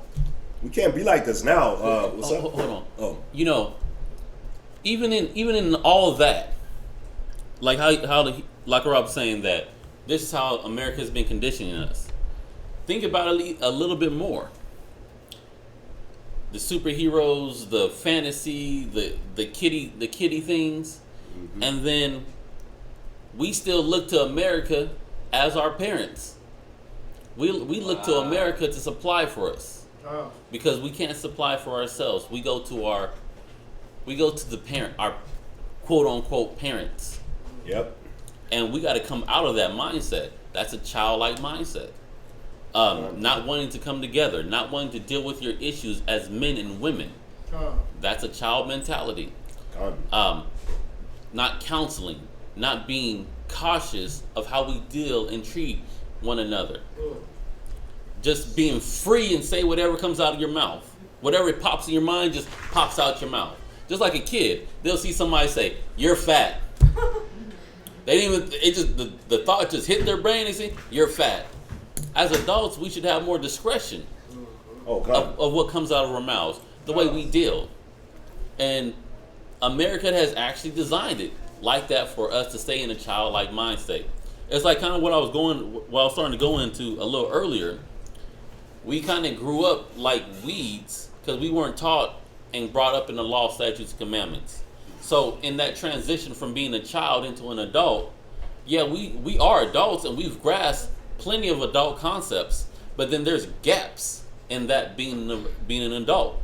There's things that we missed that we were supposed to transition and have coming into adulthood because we didn't grow up with the scriptures the way we were supposed to. We didn't grow up like Joseph grew up. We didn't grow up like Abraham grew up. None of the our forefathers. So we have these gaps that right now as adults, as 30-year-olds, 40-year-olds, 50-year-olds, 60-year-olds, however old you are right now, we're still trying to put those puzzle pieces in. But it's happening in the spirit now. What you got? So in that sense, like, you know how some people are like, well, I'm conditioned by my environment. If we were all living by the scriptures, that wouldn't even be like an excuse. No. All the pieces would all be the same. Exactly. And that's what we're trying to fight to get back to that. Go to 1 Corinthians chapter 13. 1 Corinthians chapter 13 and verse 11. Somebody else give me Luke chapter 2 and 49. Go ahead. 1 Corinthians chapter 13, verse 11. Yes, sir. When I was a child, I spake as a child. So when you were a kid, yeah, you spake as a kid. Go ahead. I understood as a child. You understood as a child as well. But the thing is that we have to now make that decision. Make that transition to where we're not speaking as children no more. We all got to start. We all got to stop. We all got to start. We all have to start limiting our cursing speech. Some of us have it worse than others. We all have to start speaking better. Not so much cursing. The crazy gangster slang that like we're Israelites. Or you know what I'm saying? Using filler words like "nah mean," "nah I'm saying." Yeah. You know what I'm talking about. Filler words. Come on, we're intelligent. We can articulate the ideas that we're trying to converse about. We can use our words. Like they told you in school, use your words. And also, let me get to you. Also another thing, like the scripture talk about speaking as a child, right? A child, they'll tell you all kinds of things, right? And then you'll be like, the parents be like, yeah, I know you're not gonna do that, right? So another thing that we have to look out for is when we make these vows to the Most High. I'll die for the truth. Yeah, but prove it. You're not proving it. You're not proving that you'll die for the truth. I love the Most High. Well, prove it. Show the Most High that you love the Most High. Show the Most High that you'll die for the truth. Show the Most High how you feel about the Most High. Because a child will just say anything. A child will say anything.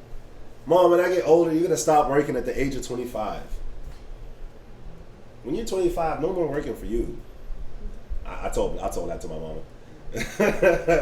No, when I'm 25, I'm sorry, when I'm 25, you won't be working no more, Mom.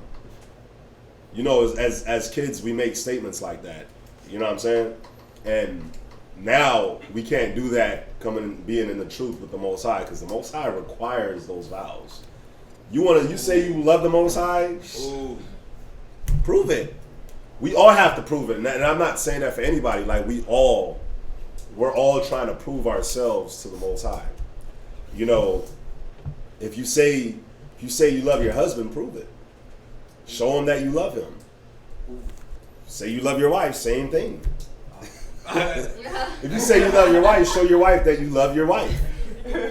You know, and even on this point, when I was a child, I spake as a child. We have to learn how to talk to our wives. Mm-hmm. Our wives have to learn how to talk to their husbands. We have to learn how to talk to our kids the right way. Shoot, we got to learn just to talk to our kids, because a lot of us, they locked in the room, they're on the phone, they're on the video games. YouTube. You don't teach them nothing. You don't teach them nothing.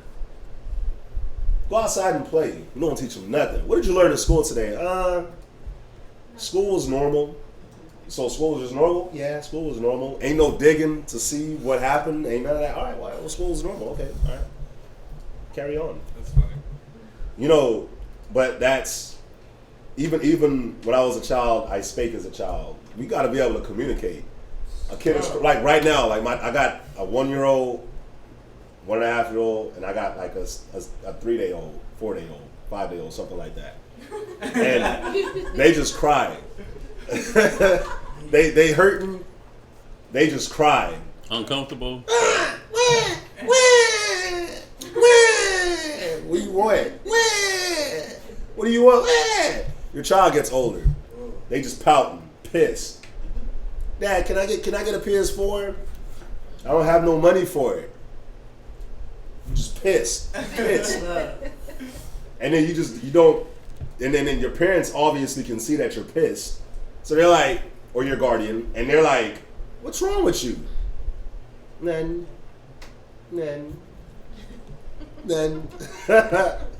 That's what children do. So you come into the truth and you got brothers and sisters that's asking you, oh, bro, something's up with him. You can see it. Oh, man, his brother's not the same. What's up with the brother? The sister's not the same. What's up with the sister? What's going on? What's up? What's wrong? Nothing. I'm good. Shalom. That's how a child carries himself. It's the same thing. It's the same thing. You come to a brother, you come to a sister, hey, I was thinking about doing this. I got this idea. It gets shot down because it's like, look, do this or don't do this. And then you're like, Start pouting. That's what kids do. So you see the mentality. Let me try to get through. I got 15 minutes. What's up? I was gonna say that's taught though, because like you said, your babies are crying, so when they're born, they're taught if I cry, I can get something. So Yep. it's our job as parents to teach them how to facilitate what they need. Like Teach them how to communicate. Yeah, exactly. You hit your toe?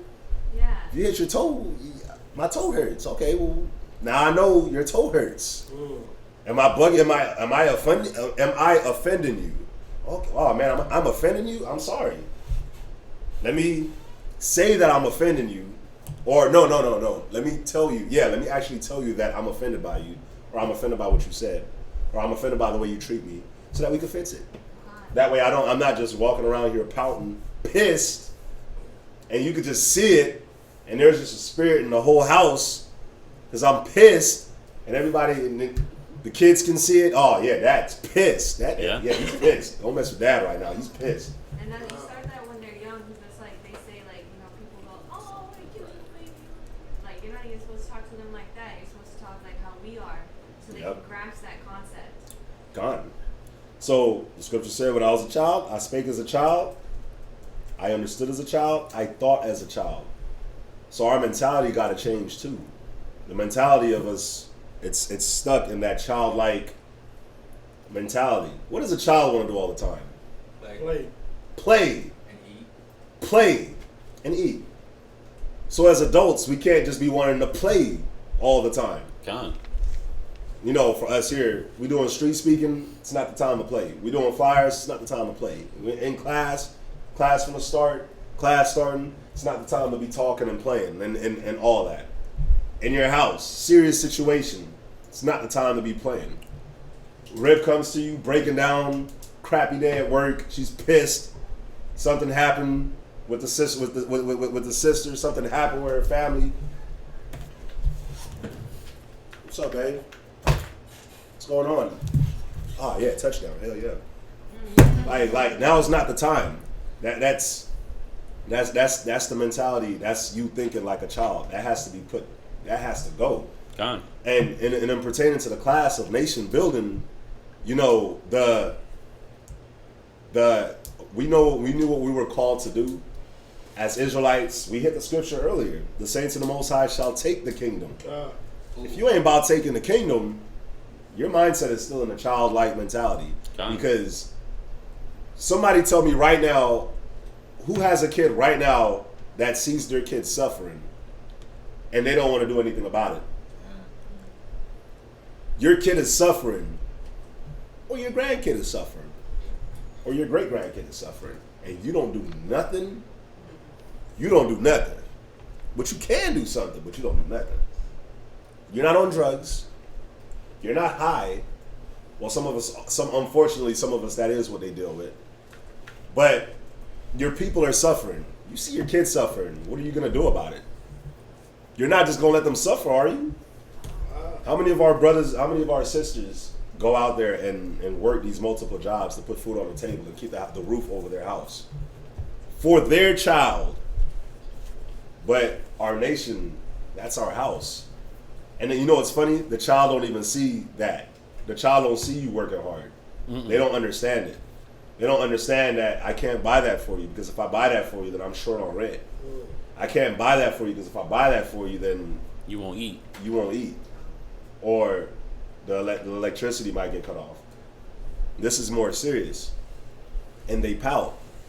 So the child does that, but we as brothers, as people in the truth, how can we do that with the Most High? We can't be the same way with the Most High. So, like I said, if you're a parent and you see your child suffering, if your child is hungry, you're gonna feed them. So it's the same thing. You see our nation is suffering. They need to be fed. You come into the truth, you learn the word, and you just want to be a career student. What? Wait, what? What? A career student? The white man is never a career student. The Asians are never a career student. So why would you want to be a career student, especially when it comes to the work of the Most High? No, ain't no career students, man. No. Get that mentality out of y'all's heads. I get it. You know, you might just come into the door as you're like, man, I'll never be able to teach. That hits you all the time. Oh, I'll never be as strong as that sister. That hits you. That hits everybody. But the more you stick around and the more you start moving that mountain shovel by shovel, you're like, oh, I can see. Yes, it's possible. It's more than possible. It's probable. You know, so that understanding as a child has to go away too, because that's what screws us. Is the fact that we speak as children and the fact that we think like children. That's what kills our nation to this day.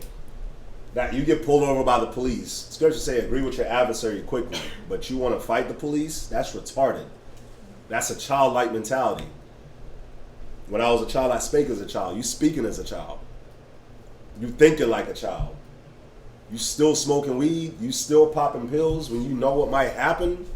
You know what the repercussions might be, and you're not trying to change, bruh.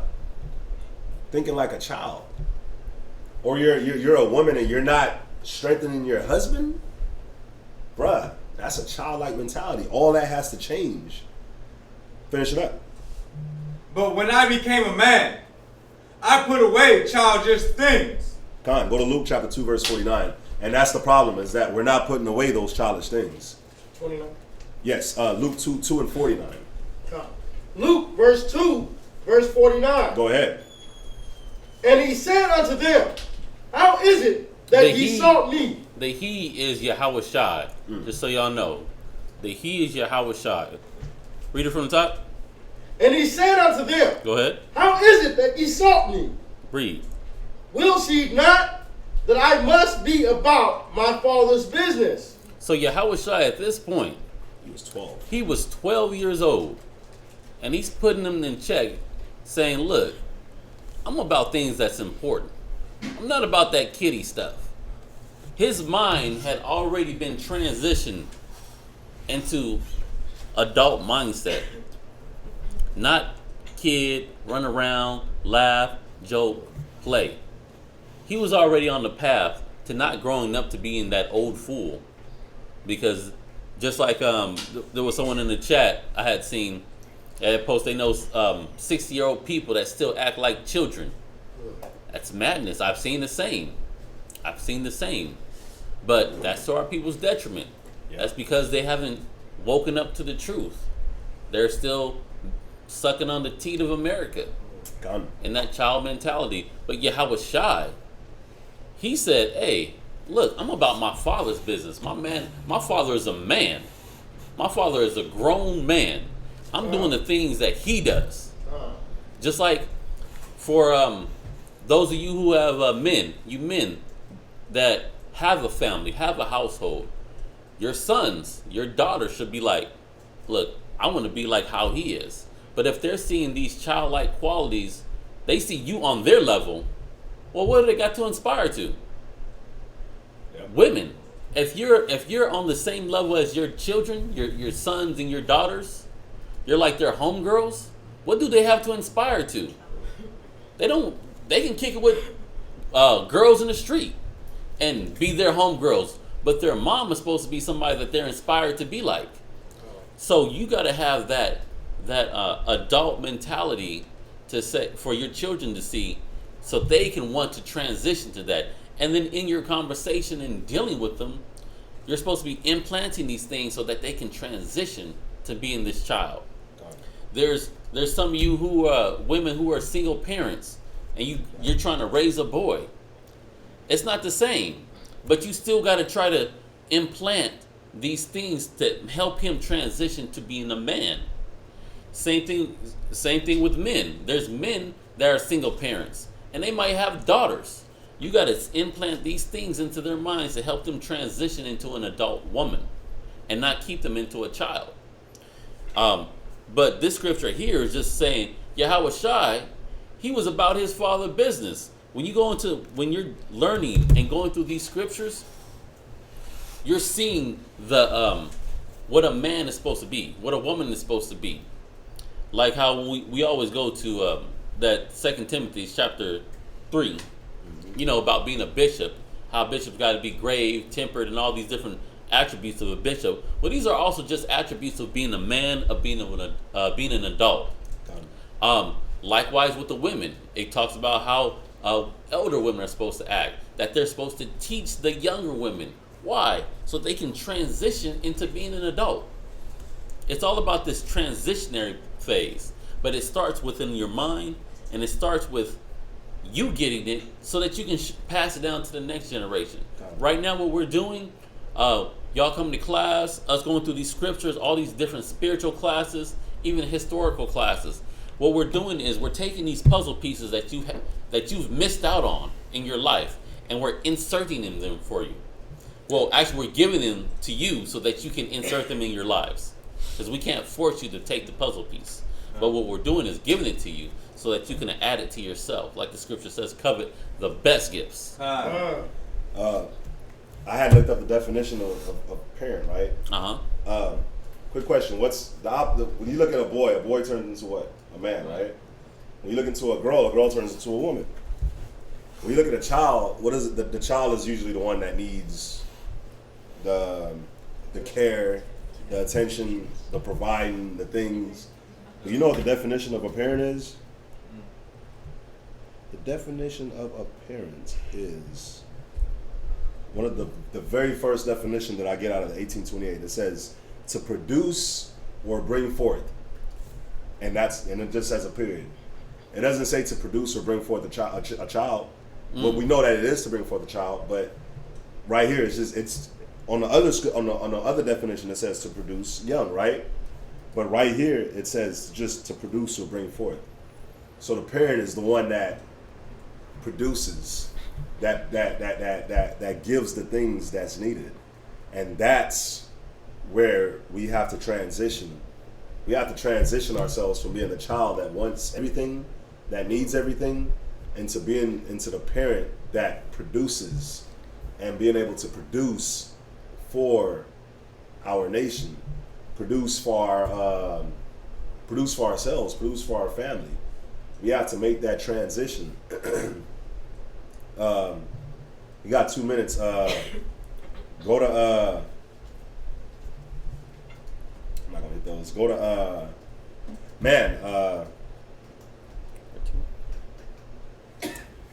Nah, should we do a part 2? Go to Exodus chapter 33 and 12. Nah. Exodus chapter 33 verse 12. 1 Peter 5 and 2 first, and then Exodus chapter 33 and verse 12. 1 Peter chapter 5 and verse 2. Go ahead. Feed the flock of Most High, which is among you. Just like, that parent fed the kids. That the guardian takes care of the kids. Whatever they need. Food, substance, clothes, whatever. That parent takes care of them. It's the same that we have to have our mindset at. Is that we got to be able to feed the flock. We got to be able to take our minds to where it's like, oh, okay, let me get to this point where I can feed my nation, where I can help my nation, where I can feed my wife. Not food, but feed. Yeah, she needs food too, of course, but, feed my wife the things that she needs so that she can become the perfect helpmeet, the perfect mirror to me. Feed the kids, the same thing. The sisters that's underneath, the people that's at my job, they might not want to hear the truth, but you know what? When they see my example, they gonna be like, okay. When they see that you don't come to work and complain about the same stuff, when they see that your mentality, the way you carry yourself is completely different, that's you feeding them. When they see the way you dress, that's you feeding them. When they see the way you speak, everything, that's you feeding them. So the scripture is saying to feed the flock of the Most High that's with you. And especially for brothers and sisters that's in the truth, that we gotta adapt this mentality where I gotta be able to feed. I've been fed. It's time for me now to feed. It's time for me now to step up, be a teacher if that's what I want to do. Let me step up and be a teacher. Let me give myself more. Let me offer myself more. Let me find ways to make myself more available. Let me counsel more. Let me, I have certain gifts that I can give, so let me give those more. Even if you're older, you have way more experience than I'm 28. I just turned 28. I don't have a lot of experience. I do, but I don't. I mean, I had my first burger like 3 years ago. So it's a lot of things that I just didn't do. I stayed to myself on a lot of things. Done. So, but there's a lot of people that have a lot of different experiences, that's been to a lot of different environments, that's been part of different things, and there's a lot of experiences that was gained. So, the scripture says is to feed the flock. You didn't go through what you went through for yourself. You went through what you went through for your nation. Good or bad, detrimental or awesome. Everything you went through was for your nation if you're here now. So feed the flock. Go ahead. Taking the oversight thereof. Taking the oversight, man. Take ownership. That's the problem with our people. We don't take ownership in nothing. Absolutely, we take ownership in nothing, man. Remember, man, we've been taught to have a slave mind. Not the owners, the slave mind. So we gotta start taking ownership for the things that are that we need the things that our family, the things that our nation, the things that the body needs. But it starts with yourself. You got to be able to take ownership for yourself. Take control of your spirit. Take control of yourself. Have a care. Have a care how you look, walk, talk, your hygiene, your appearance. Have a care how you carry yourself. Have a care about your discretion. Have a care about your characteristics. Have a care about your shortcomings. Have a care about your strengths. Have a care about your weakness. Have a care about the growth for yourself. Have a care. Take ownership with yourself. Because how can you expect to have somebody else to have ownership, but you don't have ownership when it comes to the things that you need? If you mess up, take the blame. You messed up. Take the blame. If you're weak at something, listen, I'm weak at this. I need to get stronger. Take the ownership. That way you can teach others to take the ownership. And you can watch over them until they come up a little bit. Go ahead. Not by constraint. Don't do it forcefully. I was forced to do this. Nah, bro. You ain't forced to do nothing. Not forced to do nothing. The Most High wants everything willingly. So don't do nothing out of constraint, man. Do everything willingly. Go ahead. But willingly. Oh, there it is. The scripture said it. Go ahead. Not for filthy lucre. Yes. But of a ready mind. Yeah, don't do it because, oh yeah, the Most High is going to bless me for this. Don't do it because, oh, I'm going to become 144,000. Like, just do it because that's what's needed. Do it because that's actually the mindset that you need to have to be able to gain it. I mean, we read it during the Sabbath class, Korah and Dathan. We read Korah and Dathan during the Sabbath class. And the mindset that they had, it was all about filthy lucre. It wasn't about the people. But the mindset that Moses had, the mindset that Joseph had, the mindset that David had, the mindset of Abraham, Isaac, Jacob, the 12 tribes. I mean, it's the mindset that we have to develop. So we'll end it with this Exodus 33 and 12. Go ahead. Exodus chapter 33, verse 12. And Moses said unto the Most High, See, thou sayest unto me, bring up this people. And ain't this what the Most High told us? Listen, man, we got to bring our people up. We got to bring our nation up. It's time. Read. And thou hast not let me know whom thou wilt send with me. We don't know who we going to be doing it with. The brother that's with you might not be the brother that's with you in the next couple of years. The sister that's with you might not be the sister that's with you the next couple of years. You don't know what angel the Most High is sending to go with you. But the Most High is with you. Yep. The Most High is with you to do this. And that's cool. That's all we need too. Yes, we need the brothers and sisters that's around, but we understand that the brothers and sisters that's around is the Most High. It's the Most High that sent them. Go ahead. Yet thou hast said, I know thee by name, and thou hast also found grace in my sight. That's what the Most High said about Moses. This is what the Most High is saying about us too. He knows us by name. He knows us now. Now you're known of the Most High. How do you return to the beggarly elements? You're known of him now, right? We found some type of grace in the Most High's sight for him to actually let our minds wake up to the truth when a lot of people's minds didn't wake up. You was going to say something, Ricardo? Like in Job, how they say, have you considered? So the Most High is considering us. Exactly. Perfect. Go ahead. Verse 13. Now therefore, I pray thee, if I have found grace in thy sight. This is Moses speaking to the Most High. Go ahead. Show me now thy way. So it's the same thing we got to ask the Most High. Listen, if I found grace in your sight, I want this. I need this. I want to grow in this way. I want to be better at this. I want to attain this.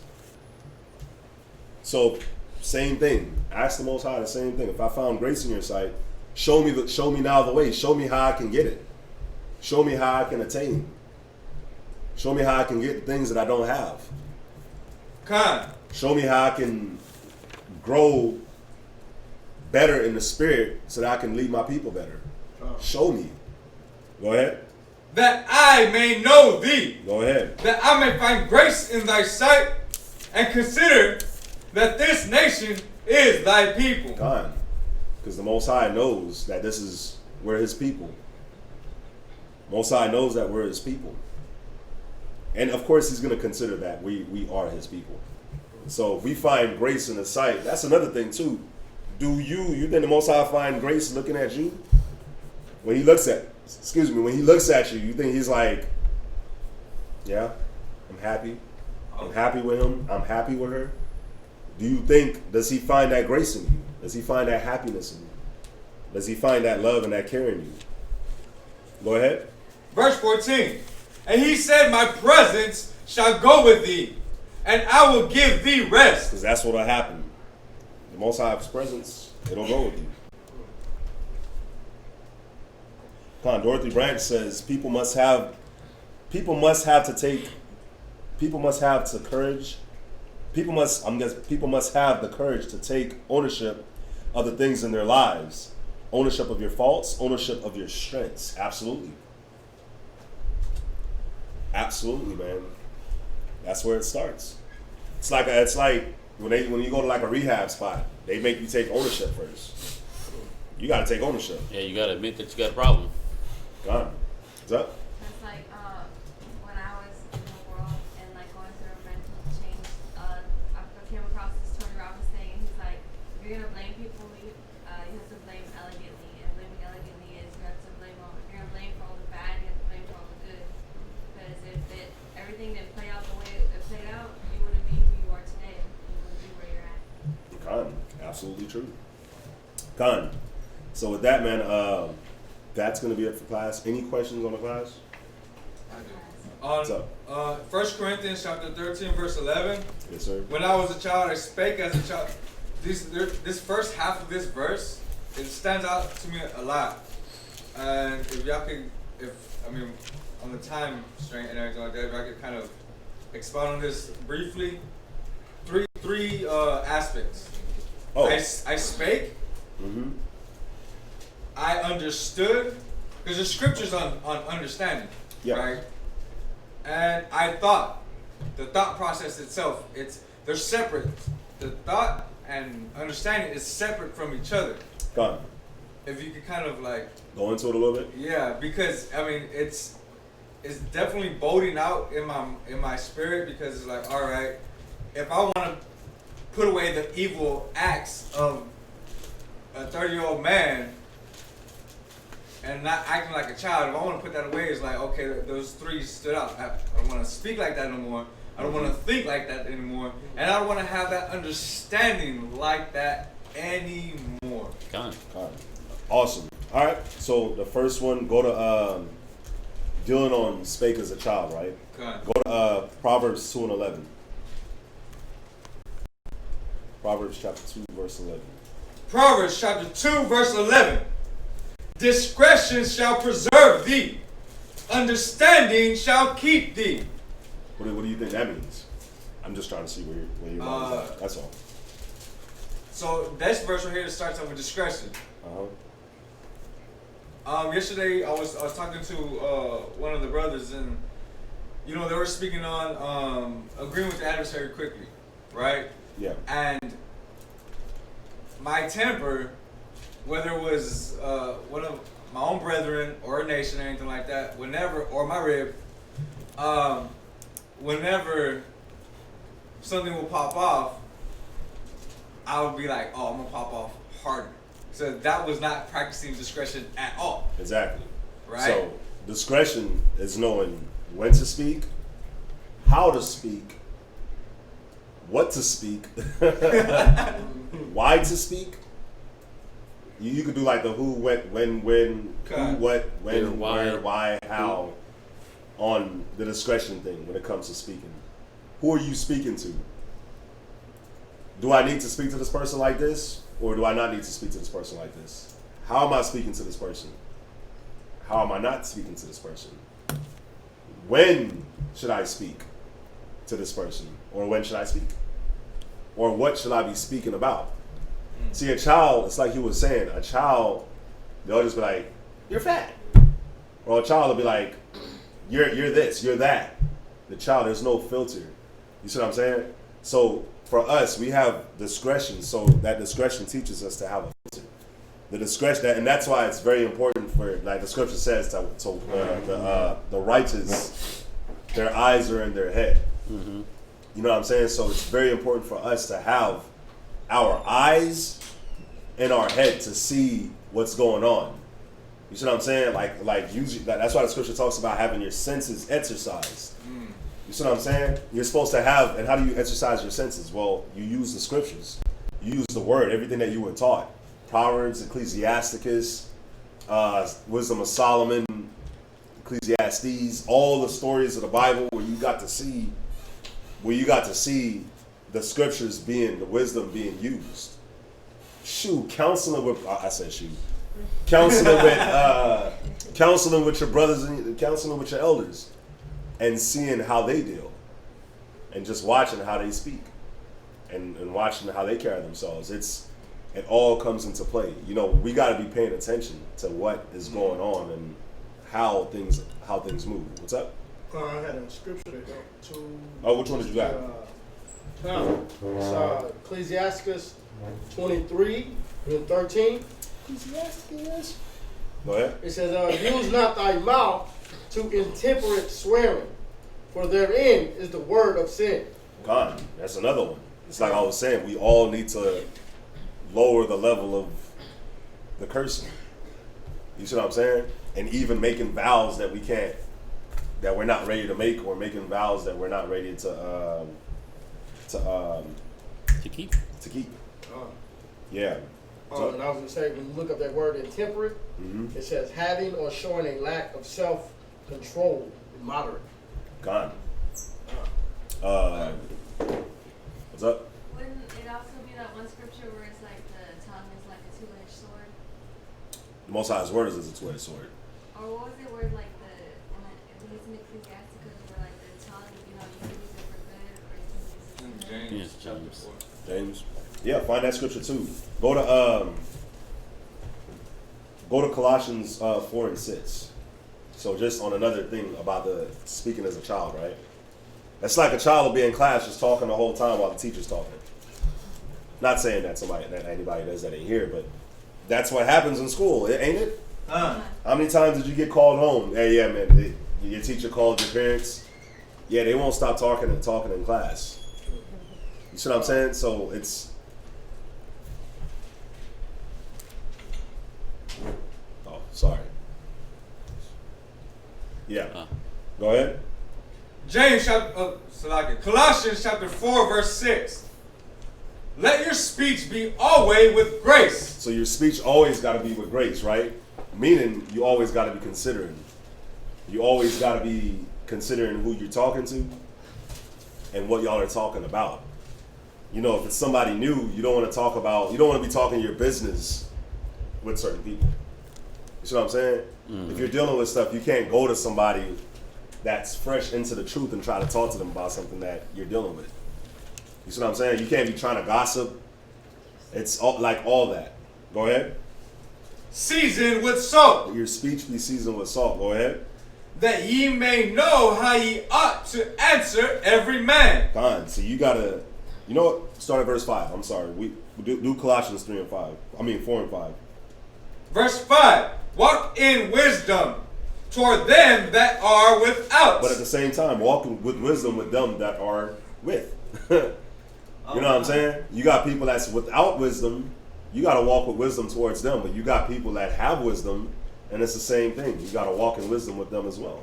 But the scripture tells you to walk in wisdom with them that are without right here for a reason. Read. Redeeming the time. Because the times are evil, and which another scripture says. So you got to walk with wisdom to these people that's out here that's without wisdom, because the time is evil. Read.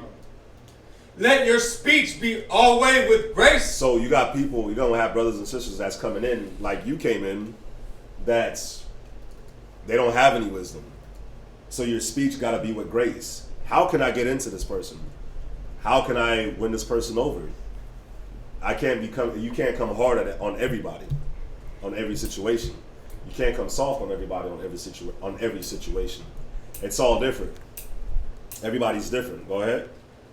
Seasoned with salt. Go ahead. That ye may know how ye ought to answer every man. Yeah, you got to be able to season, not just with salt. You got to use some paprika. You gotta use some Goya, Some garlic. some garlic, maybe some lettuce and tomato. I mean, no, not lettuce. Maybe some tomatoes and green pepper and green onions. No, not green onions. Onions. You know what I mean? Some turmeric, little sprinkle some turmeric. But a different dish calls for different flavors, right? Huh? So if a different dish calls for different flavors, a different person calls for different ways of speaking. You see what I'm saying? And different communication. So that's just on the speech part. So the understanding as a child, right? Yeah. Let's go to the understanding as a child. Okay? To go to the understanding as a child, go to read the scripture again from the top. 1 Corinthians chapter 13, verse 11. When I was a child, I spake as a child. Yes. I understood as a child. Yes, sir. I thought as a child. Con. Go to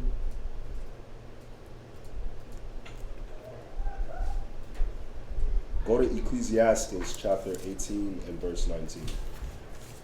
Ecclesiastes chapter 18, verse 19. So this is going to start off with the speech, but then it's going to go into the understanding as well. Learn before thou speak, and use physic, or ever thou be sick. So the scripture says to learn before you speak, right? So that goes back into the speaking as a child thing, but it's also the understanding as a child as well, because you're gonna learn before you make certain moves. Oh, can I? Yeah. It's like this. Thinking about the law. Mm-hmm. The law is for our benefit, right? Gone.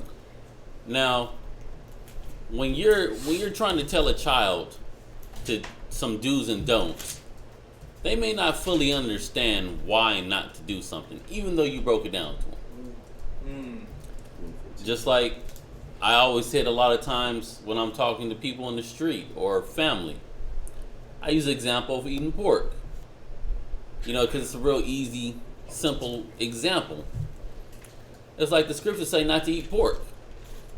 Well, they're like, well, it's not bad. It's actually a lean meat. Yep. And it's like, and the scripture says not to eat shrimp. Well, shrimp, it's low on calories and da-da-da-da-da-da-da. They want to justify it. I'm like, okay, well, the pork, it has these bugs, it has these parasites in it that even if you cook it, it doesn't cook out. They're still there, so you're eating this. So I started trying to break it down and give them the understanding of it. But in the child mindset, they just don't understand. Like, it don't make sense to me why I'm not supposed to do it. So there's a point to, even with a child, you're like, well, look, just listen. So getting past the understanding as a child, you now understand the law. You're understanding these different aspects of the law. Like, okay, I know not to deal with every person the same way. I understand that I shouldn't eat every kind of food or every kind of meat that there is. I got understanding why that I'm not supposed to touch this. I got understanding why I'm not supposed to pick up a dead body, or if I do, I need to cleanse myself afterwards. I have understanding that, yeah, I need to wash my hands to stay sanitary. I got this understanding. That's a kid don't understand when you're saying wash your hands because you don't have germs. Mm-hmm. They don't even know what the concept of germs. You say you're dirty, you need to wash your hands. Stop being dirty. But the understanding as an adult and not as a child is the reasoning, a more in-depth reasoning. Because when you're a child, you don't grasp the full concept of the reason why you're not supposed to do things or the reason to do things. Does that make sense? Yeah, I like that. And like the consequences that come out if you don't understand the reasoning. But it's perfect. Read down. Verse 20. Before judgments, examine thyself. And this goes back into the understanding as a child. If you're not examining yourself, then you're just gonna do whatever. You see what I'm saying? So you're not even thinking. You're not understanding what you're doing. So you keep messing up and making the same incorrect decisions decision making or the same incorrect judgments. Go ahead. And in the day of visitation, thou shalt find mercy. Con, go to. You got it for me. Go to Jeremiah 4 and what was it? 14. 14. Yeah, go ahead. Jeremiah chapter 4 and verse 14. O Jerusalem, wash thine heart from wickedness, that thou mayest be saved. Salah. Wash thy heart from wickedness, that thou mightest be saved. Go ahead. How long shall thy vain thoughts lodge within thee? It says, how long would your vain thoughts, right? So you thought as a child. How does a child think? The child just thinks about the stuff that's vain. The child just wants to have fun and eat whatever. But that's why the scripture says to wash your heart from wickedness. Start having thoughts of things that's going to be beneficial. Start having thoughts of things that's going to, demand growth. Not only from yourself, but from your rib, from your children, from your nation. I got one more. Go to Jeremiah 25 and verse 7. You were going to say something? As you were saying what you were saying right now, like the child having vain thoughts, right? As the scripture said, the thought that came in my mind was like the Most High doesn't judge by age; He judges by spirit. So even in the sense of like young human beings, young Israelites, with the never wanting to grow spirit attitude, the Most High don't judge by age. He got the spirit. It's crazy. You're absolutely right. There's a scripture that talks about that. But read that Jeremiah 25 and 7. Jeremiah chapter 25 and verse 7. And then give me with all that getting wisdom and understanding. Proverbs. Yeah. But read that Jeremiah 25 and 7. Jeremiah 25 and 7. Yet ye have not hearkened unto me, said the Most High. One of my favorite scriptures. Go ahead. That ye might provoke me to anger with the works of your hands to your own hurt. So this is back on like the understood as a child, right? If a child don't really understand what they're doing, that's why they'll stick a fork into the electric socket, hurt themselves. They don't really understand why it is that they should be eating this or doing this and things that are beneficial for themselves. So the scripture talks about how we do stuff that get us hurt by our own hands. You see what I'm saying? So when you put away that understanding of a child, you start to see that, okay, my actions have repercussions. So let me make sure that I'm doing things that ain't gonna put me in messed up situations, like losing my family, or losing my rib, or losing my kids, or losing the house, losing the car, you know what I'm saying? Just losing. Or losing the Most High. So, did you find that one? Yeah, Proverbs 4 and 7. Go to that one. Proverbs chapter 4, 7. Verse 7. Wisdom is the principal thing. Therefore get wisdom. And with all thy getting, get understanding. Con. So that's back to understanding as a child. A child don't got wisdom. So the scripture says to with all I get wisdom, and it talks about getting understanding, right? You got to understand what you're doing, because if you don't understand what you're doing, you're gonna make mistakes. It's like putting if you bought like something from the store, like a dresser or something, you got to put the dresser together. If you're not following the instructions on how to put it together, you're gonna mess it up. But it was one more scripture I was looking for, man, just to close it out. But you know what? That's it, man. That's it. You got that though, right? There's a scripture that talks about like being young and perfection of age. Like your age, like if you're young and you perfect the wisdom while you're young. Oh, look, it's wisdom of Solomon 4 and 16. My bad. We'll close it out on this real quick. Wisdom of Solomon chapter 4 verse 16. Wisdom of Solomon chapter 4 verse 16. Thus the righteous that is dead shall condemn the ungodly which are living. You know why? Because the Most High's word makes you live. But the ones that are dead, a lot of them died because they weren't following the Most High's word. Go ahead. and youth that is soon perfected, the many years and old age of the unrighteousness. Yeah, but the youth that perfected, and the youth, read that part again. And youth that is soon perfected, the many years. So the youth that's soon perfected, the faster you gain your wisdom and your knowledge, and the faster you put away being a child, even when you're a child. Go ahead. And old age of the unrighteous. It says it's better. It says, and youth that is soon perfected, the many years and old age of the unrighteous. So you have an unrighteous person that's a fool, but you have a youngster that's not a fool. That's wise. That's wise. The scripture says that that's better. That's why it says that the righteous, the ones that are living and are young, that's righteous, is better than the ones that are dead and gone. Why? And the person's not necessarily dead and in the grave. They're just old and dead. They're just old and they don't have no wisdom on how to live. But you have this person that's young that has wisdom. So it's saying that person that's young and has wisdom is better than somebody that's old and is a fool. So yeah, that's it on that man. It's 9:30. So with that was it for class, man. We'd like to say thank you for joining us. Stay tuned tomorrow for Virginia. You got Norfolk, Virginia going live tomorrow at 7:00 Eastern time. We ask that you like, share, and subscribe to the Virginia channel out there, and to the Norfolk, Virginia channel. A lot of people that watch this channel don't watch Virginia's channel, and a lot of people that watch Virginia's channel don't watch our channel. But we're the same school. It's the same channel. Yes, so sir. If you're watching class right now, you should subscribe to the ISBHPK Virginia channel and watch class there too. Why not have class every day?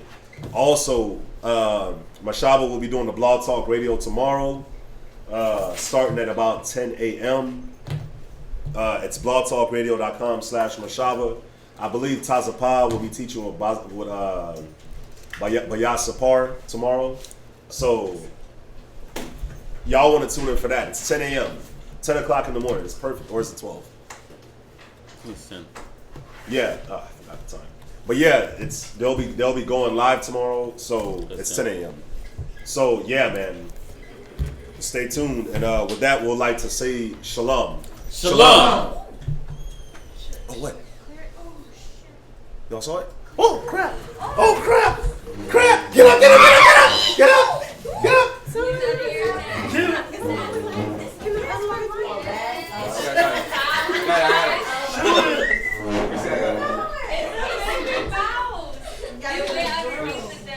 Shoot it. Most High is my rock. In the name of Messiah, the Most High is my rock. The Most High is my rock. The Most High is my rock. Yeah. The Most High is my rock. I keep my Bible on top. The Most High is my rock. No time for cupcake and the cutting. Hit the streets and start cutting. The Israelites are bubbling. The Israelites are coming. I don't celebrate Thanksgiving. You can keep the stuffing. It's pagan, disdain, it's vain, it's nothing. The European Union about to hit the button. And I feel sorry for you if you think the Lord is bluffing. That's why I hit the booth and I